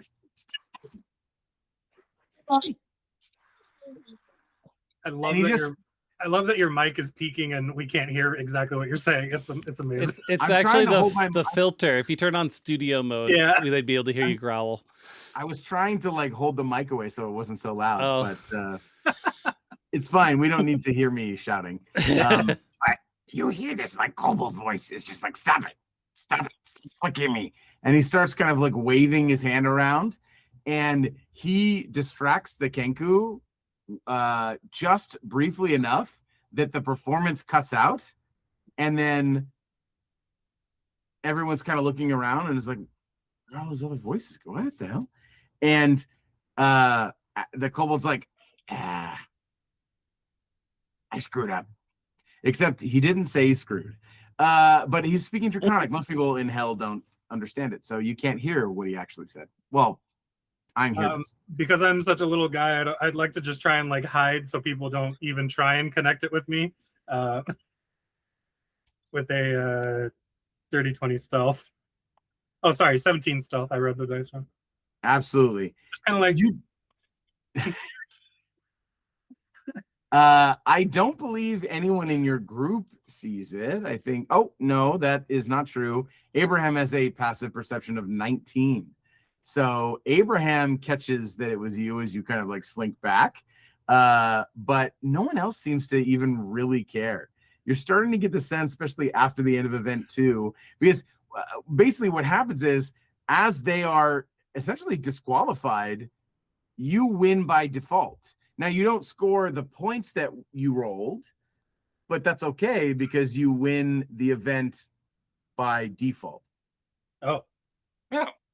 Well, hopefully the loss of points doesn't come to bite us in the ass later, but Yeah. At least we know now for future events. Hey, you know, as my uncle always said, you got to cheat to win. So I don't know about that. Uncle down here? No. Down here is a straight up guy. So why am I talking to you like you're a character? Yeah. Vern is standing right there, and he's like, "Down? You mean my first? First, as in a duel, like first and second in a duel." Event number 3 is called, but when event number 3 is called, only one name is called, and as the name is called, you hear them begin to say Alexander Ulysses, and then it's cut off, like a silence spell goes off, and everything kind of goes dark, and a spotlight appears up where Ravana is. And as the spotlight appears, a human standing there, very good-looking human, very like, very chiseled, like Mr. Universe type physique, very like stereotypically male attractive. And he says, "Do not utter my name. You will get it wrong, peasant." Introducing Alexander Ulysses Tiberius Birchcroft III, Esquire, PhD, MD, DSO, VO, VC, BT, CPT, CPA, CFA, BA, MA, MS, the degree, not the medical condition, OFM, OFT, ST, SP, PPS, SJ, JS, and JD, not the same thing as the Esquire, and I believe 3 honorary titles that were bestowed upon me in deep speech, and I will not be getting cancelled trying to repeat those utterances. At your service. And he kind of bows, and the crowd is silent. And then you see Ravana just wave his hand, and this guy puts up his finger like he's about to speak, and then he just dusts like Thanos at the end of Endgame, and just this like disintegrated gray dust starts to trail slowly down, and the crowd cheers, and they call the next event. The event that they did call was acting in improv. Oh. And no one wins the round because the only competitor in that round has been seemingly disintegrated. They call the 4th event, which is creative writing. And who is called? There are 2 names. The first name is Shaken Spear, and the second name is the Unnamed Trio. And when you make your way out onto the center of the amphitheater, you see a very short, very small, deep red scaled kobold. and he just sort of like waddles out onto the amphitheater. And they announce him as Shaken Spear, the bard of Shattered Upon Avenavix. And he takes a deep bow. Shaken spear. Not very deep because he is very tiny. And doesn't speak, just holds his hand up and kind of does this like very simple wave. And then, of course, they call you up to the amphitheater, and you are brought out for the fourth event. And as you are brought out, they explain to you that your challenge is simply write a haiku. And the three of you have 6 minutes to write one haiku. All right, let me bring up my notepad. Is there a theme? Are there traditional rules? The only rule, it seems, is that they are going for 575 basic haiku. So a non-traditional haiku with seasonal changes included. Yes, I don't write haikus that much, so I don't know too much about them. Okay, so yes to the non-traditional or yes to the traditional? Well, what is the 575? Well, that's the basic structure of a haiku, but like traditional haikus need to involve change of some kind through the 575. Oh yeah, there are no rules. Okay, It's 575 and it's open for interpretation. I also can't help but feel that this is payback. Let's get writing a haiku. You are provided with a notepad and a pencil. Okay. You guys got any ideas on what the theme we want to do for a haiku? What I'm working on right now is really pandering to hell. Okay. What you got?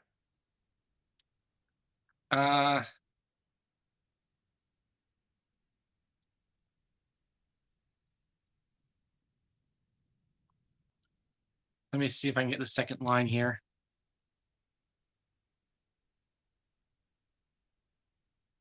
Okay, my two lines going so far. Hell doth glimmer bright. Hark, a strong king flashes forth. Say the first part again. Hell doth glimmer bright. Okay. And this Emperor of Hell, what was his name again? Ravana. So 3.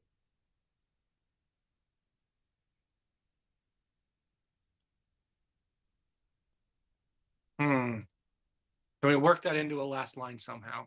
Yeah. So hell doth glimmer bright. What was the second line? Hark, a strong king flashes forth. Hark, a strong king flashes forth.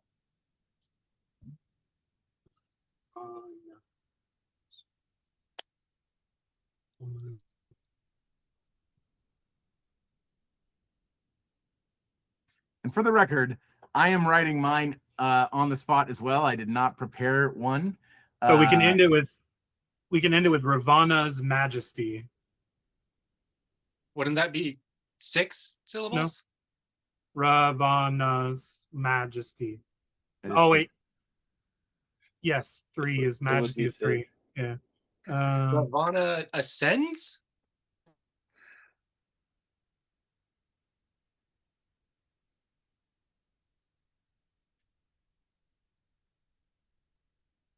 Ooh. Ravana always. Mm. And the Sim sounds good too. What about Ravana reigns true? Ooh, That's yeah, good. good alliteration. Oh, or Ravana reigns right. Alliterate every word. Well, if you're going to alliterate the third line, then we need to go back and alliterate all the lines. Or, well, just for the last line. Oh.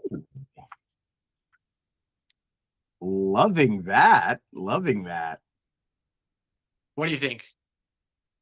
Yeah, I mean, that's fine with me. Yeah. It's only our immortal souls on the line. What were Okay. the first two lines again? So what I have as our first draft: Hell doth glimmer bright, All about glimmer hark bright. a strong king flashes forth, Hark a strong- Ravana reigns right. I mean, that sounds pretty solid to me. The And first, we're pandering because that's a good thing to do. Yeah, the first and last line do rhyme. I don't think that matters in a haiku, but might give us extra points. No, haikus don't need to rhyme.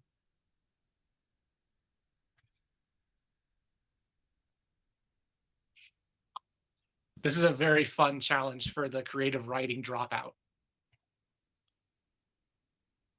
And actually, the haikus aren't really supposed to rhyme either. So That's fair. Yeah, that's sonnets. yeah. The Fate Oh, of we- the Tomatoes coming this fall.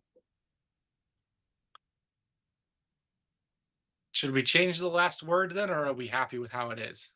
I think if they're going to be, since they're all about rules and whatnot in hell, maybe we should just make it not rhyme, just to kind of cover that base, Okay. just in case. Changing- Ravana Changing- rules. We're gonna go with true. Ravana reigns true. Yeah. Evan Oblio, I don't know who that is, but Evan Oblio in the chat suggested Ravana doth reign. I'm not sure if that's been discussed yet. Doth reign. Squeaktastic does say, personally, I like true.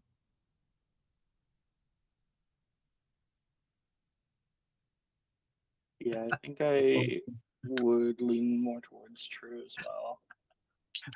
Jared, guess what's happening tomorrow? No, I'm kidding. I'm kidding. I think we go with reign true. Reigns true? Yeah. Yeah. I like that too. Are you decided? I think so. I think we have a haiku. All right. Would you like to perform yours first or second? If we go first, we get the points. But if we go second, we may advance by default and not lose our souls.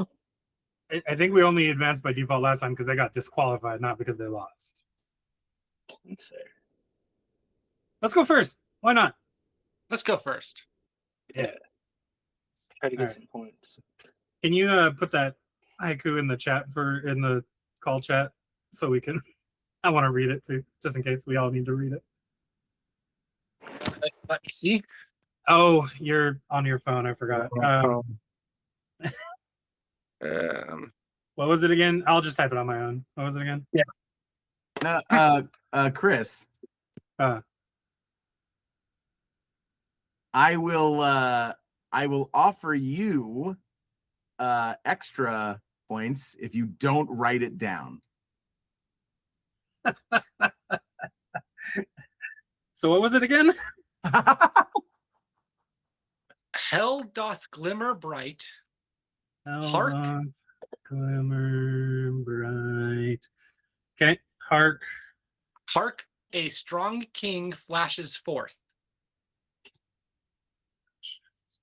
Fourth. Okay. Ravana reigns true. Got it. Okay. It's not quite time for dinner yet. A whole game where Jared just writes haikus. Tempting. Reigns. Oops, all Sean's. Got it. All right, and you are performing first. Which one of you will do the performance? Only one of you needs to read it. Do we want to all read it one line at a time? Oh. That We could do that. that could be cool. Mm-hmm.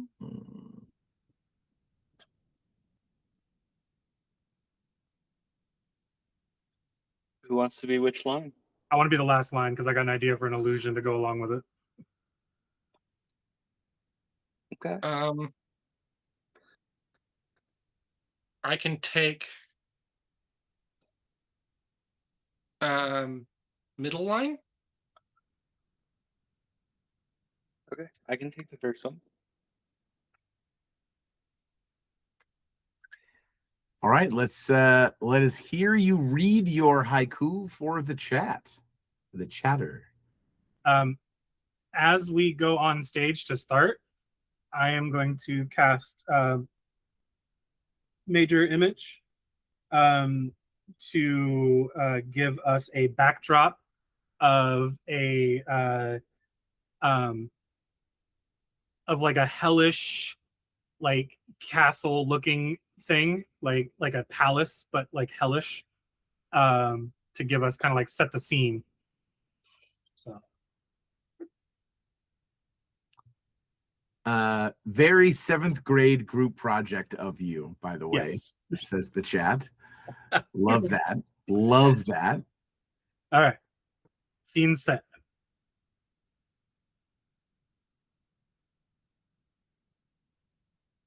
Who was first? I forgot it. That's me first. I did have an idea. I was thinking about doing, when I do my line, using prestidigitation to send sparks into the air, but it does say there's a verbal and somatic component. I was wondering if I could cast it before going out and then releasing it once I'm doing the line. Absolutely. Cool. I might want to do the same thing. Yeah, absolutely. Sounds great. Not exactly the same thing, but something with minor illusion. If we're ready, I will start. Health. Sorry. Hell doth glimmer bright, and I'll fire the prestidigitation sparks. And the crowd. Ooh. I'll step up and say, "Hark!" and then release my minor illusion of 5x5, like smoky visage of Ravana's face, where the sparks were. Yeah. A strong king flashes forth. And then I will step up and I'll use minor illusion to put an actual accurate portrait of Ravana in front of the smoke. And I'll say, Ravana reigns true.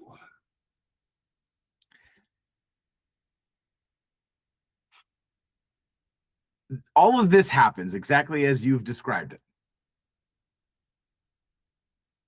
When you project the image of Ravana and you say, Ravana reigns true,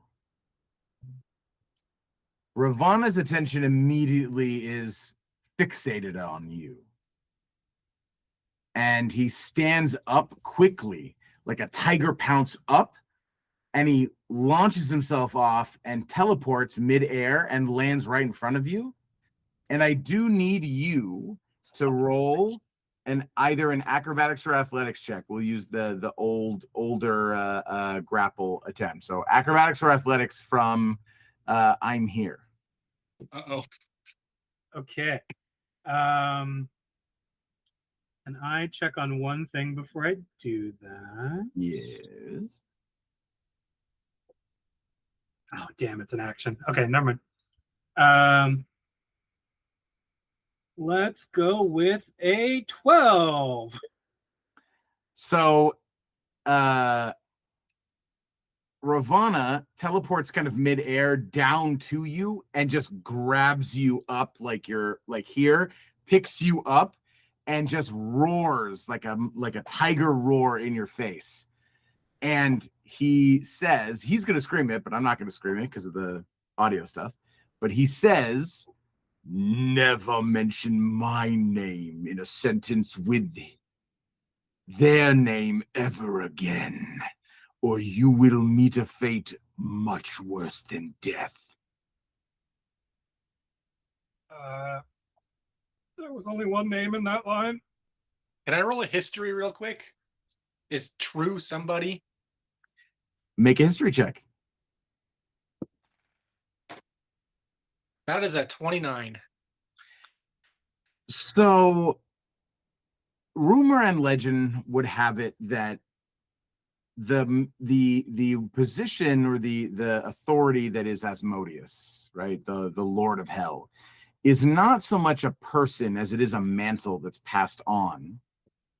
And if someone were to kill Asmodeus, they would receive the mantle and they would become Asmodeus.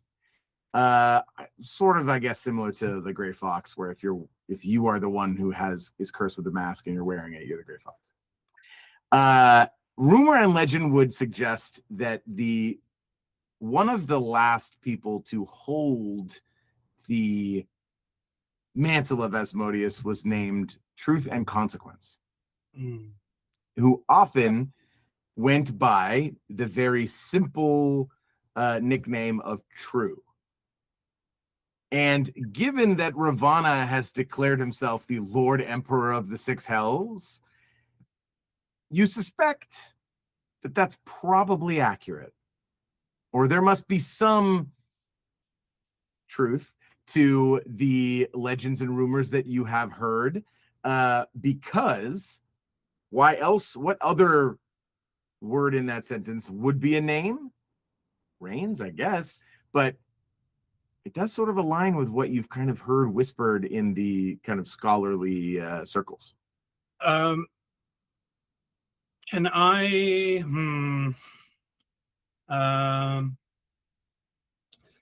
Can I cast a spell to try and get myself out of this? Yeah, absolutely. I am going to use a sorcery point to cast Subtle Spell at 6th level Modified Memory. Okay. So let's hope that Ravana fails a Wisdom saving throw of 16. That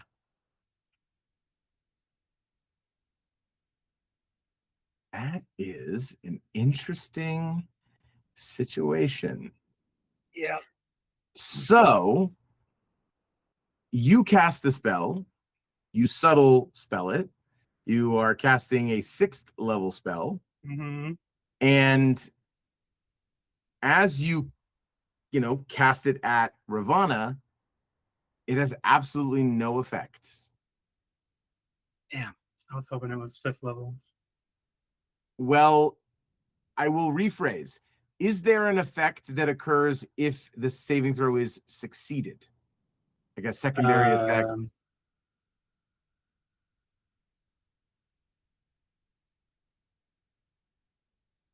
The way that Rakshasa function now is their greater magic resistance says they automatically succeed on saving throws against spells and magical effects. So they are technically targeted by it and then automatically succeed the save without actually having to make it or expend resources. No, there's no secondary effect.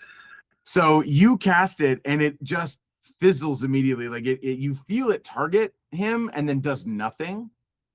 And he looks down at you and he kind of smirks a little bit. And then he slowly sets you down and kind of dusts off your shoulders with the back of his hands, which are where the palm should be. And he says, "I can appreciate your audacity, little one. You remind me of a resident here in the Hells. An ironclad champion in the pits in Limbo. Yes. Over yonder. Fantastic specimen of a dwarf. A dwarf over yonder?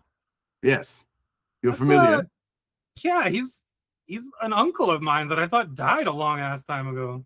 But well, in a way, he did. His soul is in servitude in hell for 666,666 years. Or something to that effect, plus or minus 6 here or there. I'll tell him you said hello. Yeah, please do. And he sort of smirks a little bit and looks at the two of you, and then sees you guys. What do before you say anything? What do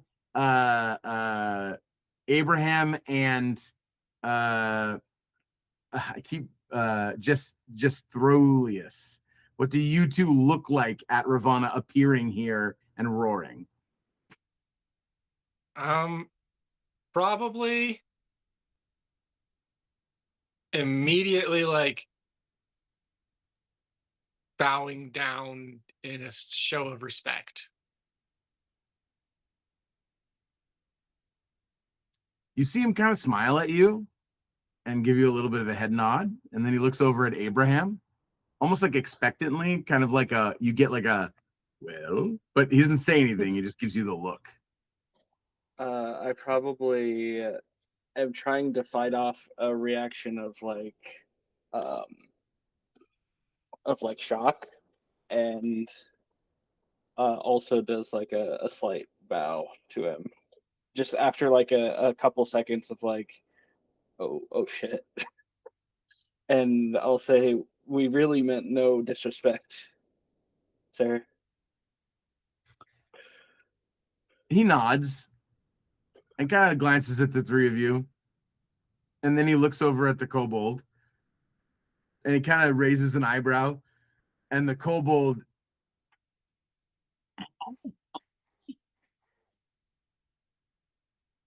and then as he speaks, he has like the most like regal, prestigious, like proper English accent, and you just hear shattered dreams, empty soul. And Ravana says, no, and just flicks him away as the kobold just dusts, and he just looks to the crowd and says, winner, the unnamed trio. And he teleports up back to his seat, sitting down and again turning his attention kind of away from you as you are granted the win in this round. But your point total doesn't seem to go up. They do call the fifth event, but when they call it, they only call two names: Victor Wrecking Ball and where are they? JJ Boys and Inner City Posse.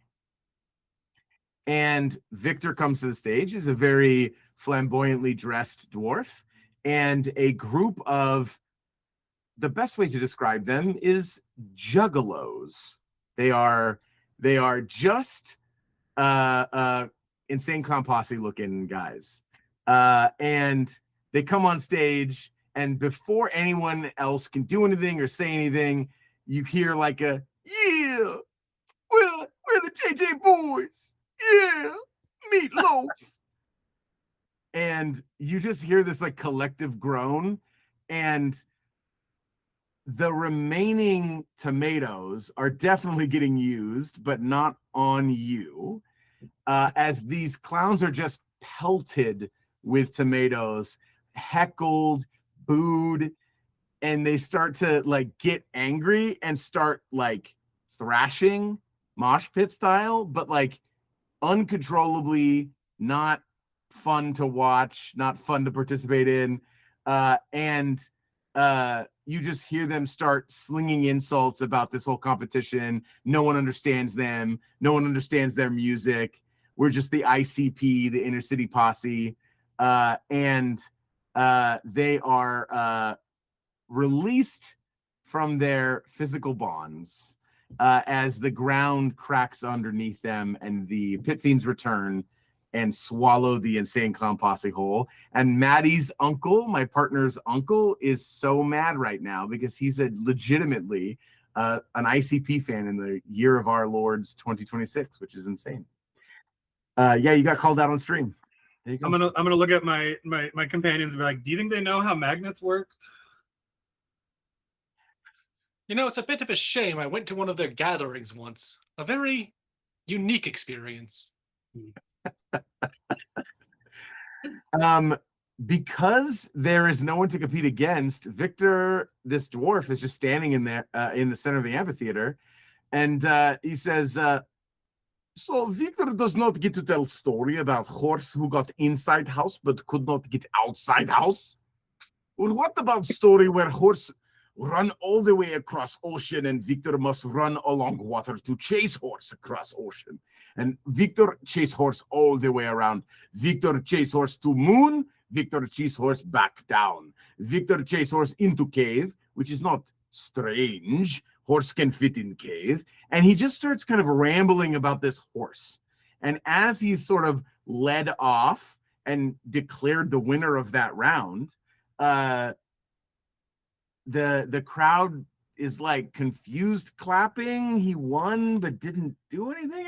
Okay, yeah, like you guys won by default 1 round, so they're clapping. And then finally the last round is called. The final event 6.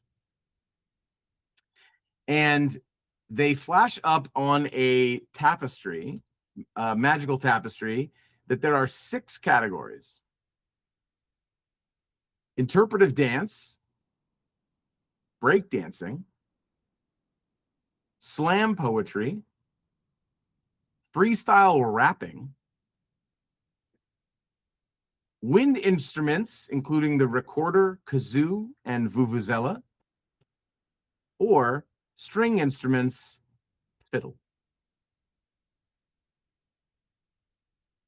And when they call who is participating, they only call 2 names. They call you, the unnamed trio, and they call the returning champion, who has held the title for as long as anyone can remember. And they introduce this person as Truth and Consequence. And the sort of femme figure that you guys interacted with before steps out onto the stage, onto the amphitheater next to you, and sort of smiles and gives you a little bow, and says, I'm happy to allow you boys to choose the final category that we will compete in. What were the categories again, Dan? Interpretive dance, break dancing, slam poetry, freestyle rap, recorder, kazoo, and vuvuzela, all in one, and fiddle. Okay, over the table, if it makes any difference to our decision, I have 2 kazoos over there. So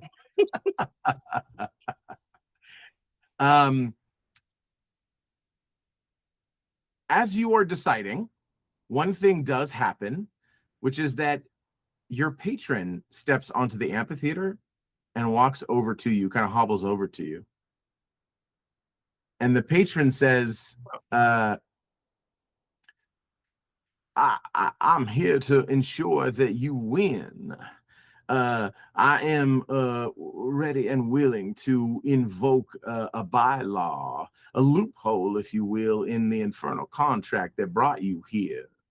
If you want, I can release you from your contract. All we must do is declare the rule of 3, a hidden line that I had my Fey companions write into this little agreement of ours.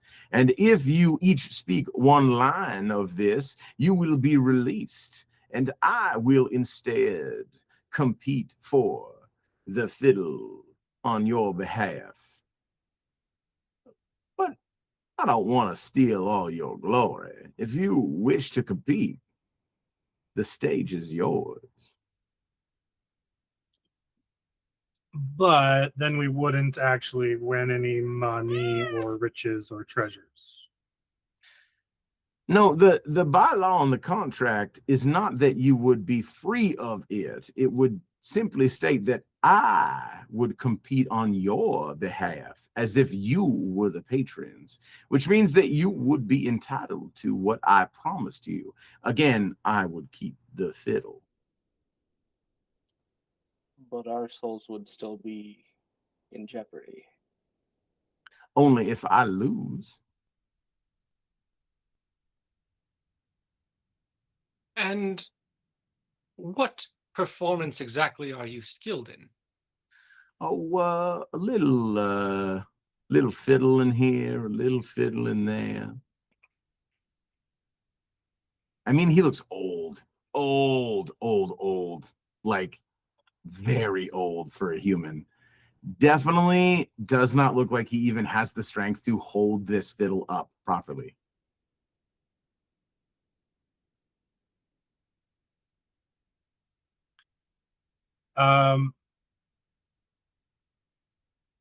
So here's the deal, boys. I thought that this was going to be more like a talent show and not being forced into categories. So my big finale is a magic trick. It's cards. I was going to like have these queens. They were going to disappear into the audience. And I was going to pull this one up and I point to our competition. And I was going to put that card that I planted, and I was going to be like, oh, is that your card? I had this whole thing planned and none of these categories has worked for me. So I am fine with letting the old man do his thing because I have a feeling that he's going to win. But that's just me. And I'm also afraid because I almost just got murdered by Ravana there. So I'm going to hedge my bets and say we should let the old man go. Real quick, old man. That ring, that would have gotten me killed if it had been discovered. Why? Why what? The ring you planted on me. But why in what context? Why did I give it to you? Yes. Oh, it's just a little trinket. It doesn't do anything. I figured that the confidence boost that you would get from having it would send you through to the end. And I was right. And just as a heads up, we do only have a couple minutes left. So not to rush your decision.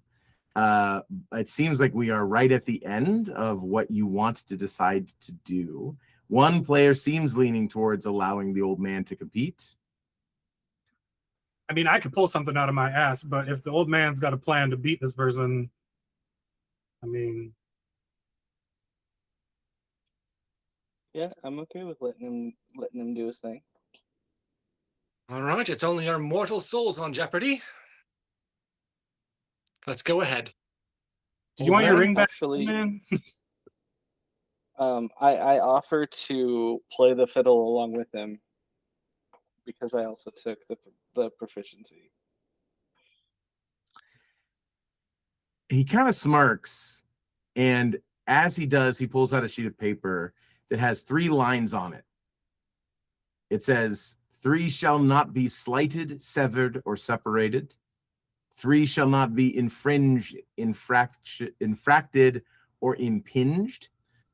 3 shall not be excised, expelled, or expunged.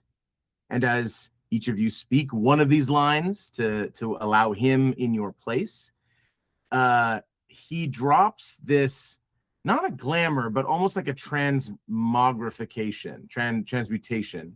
And you do now see an elven version of the man as the mangled ears form upward. And he reveals himself to be the legendary bard known as Jaw-Nee. And he loses the rasp in his voice and he says, I'm here for a rematch. I want my fiddle.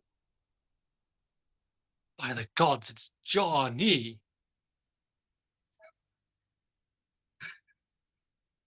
Hey, look, as long as I get enough... Georgia. Now, I will say that because we are at 6, we will end there because you have completed all the major challenges. The last part is a good place to leave as we trail off into A Devil Went Down to Georgia. So congratulations to you players for getting through the events and surviving, and no one died and no combat was forced. So that's great. So thank you to everyone. Golf clap for everybody. Since we are over, I believe Dan wants to say something really quick. Yeah, go ahead and just reintroduce who you are, and pitch whatever you have going on just one more time before we head out.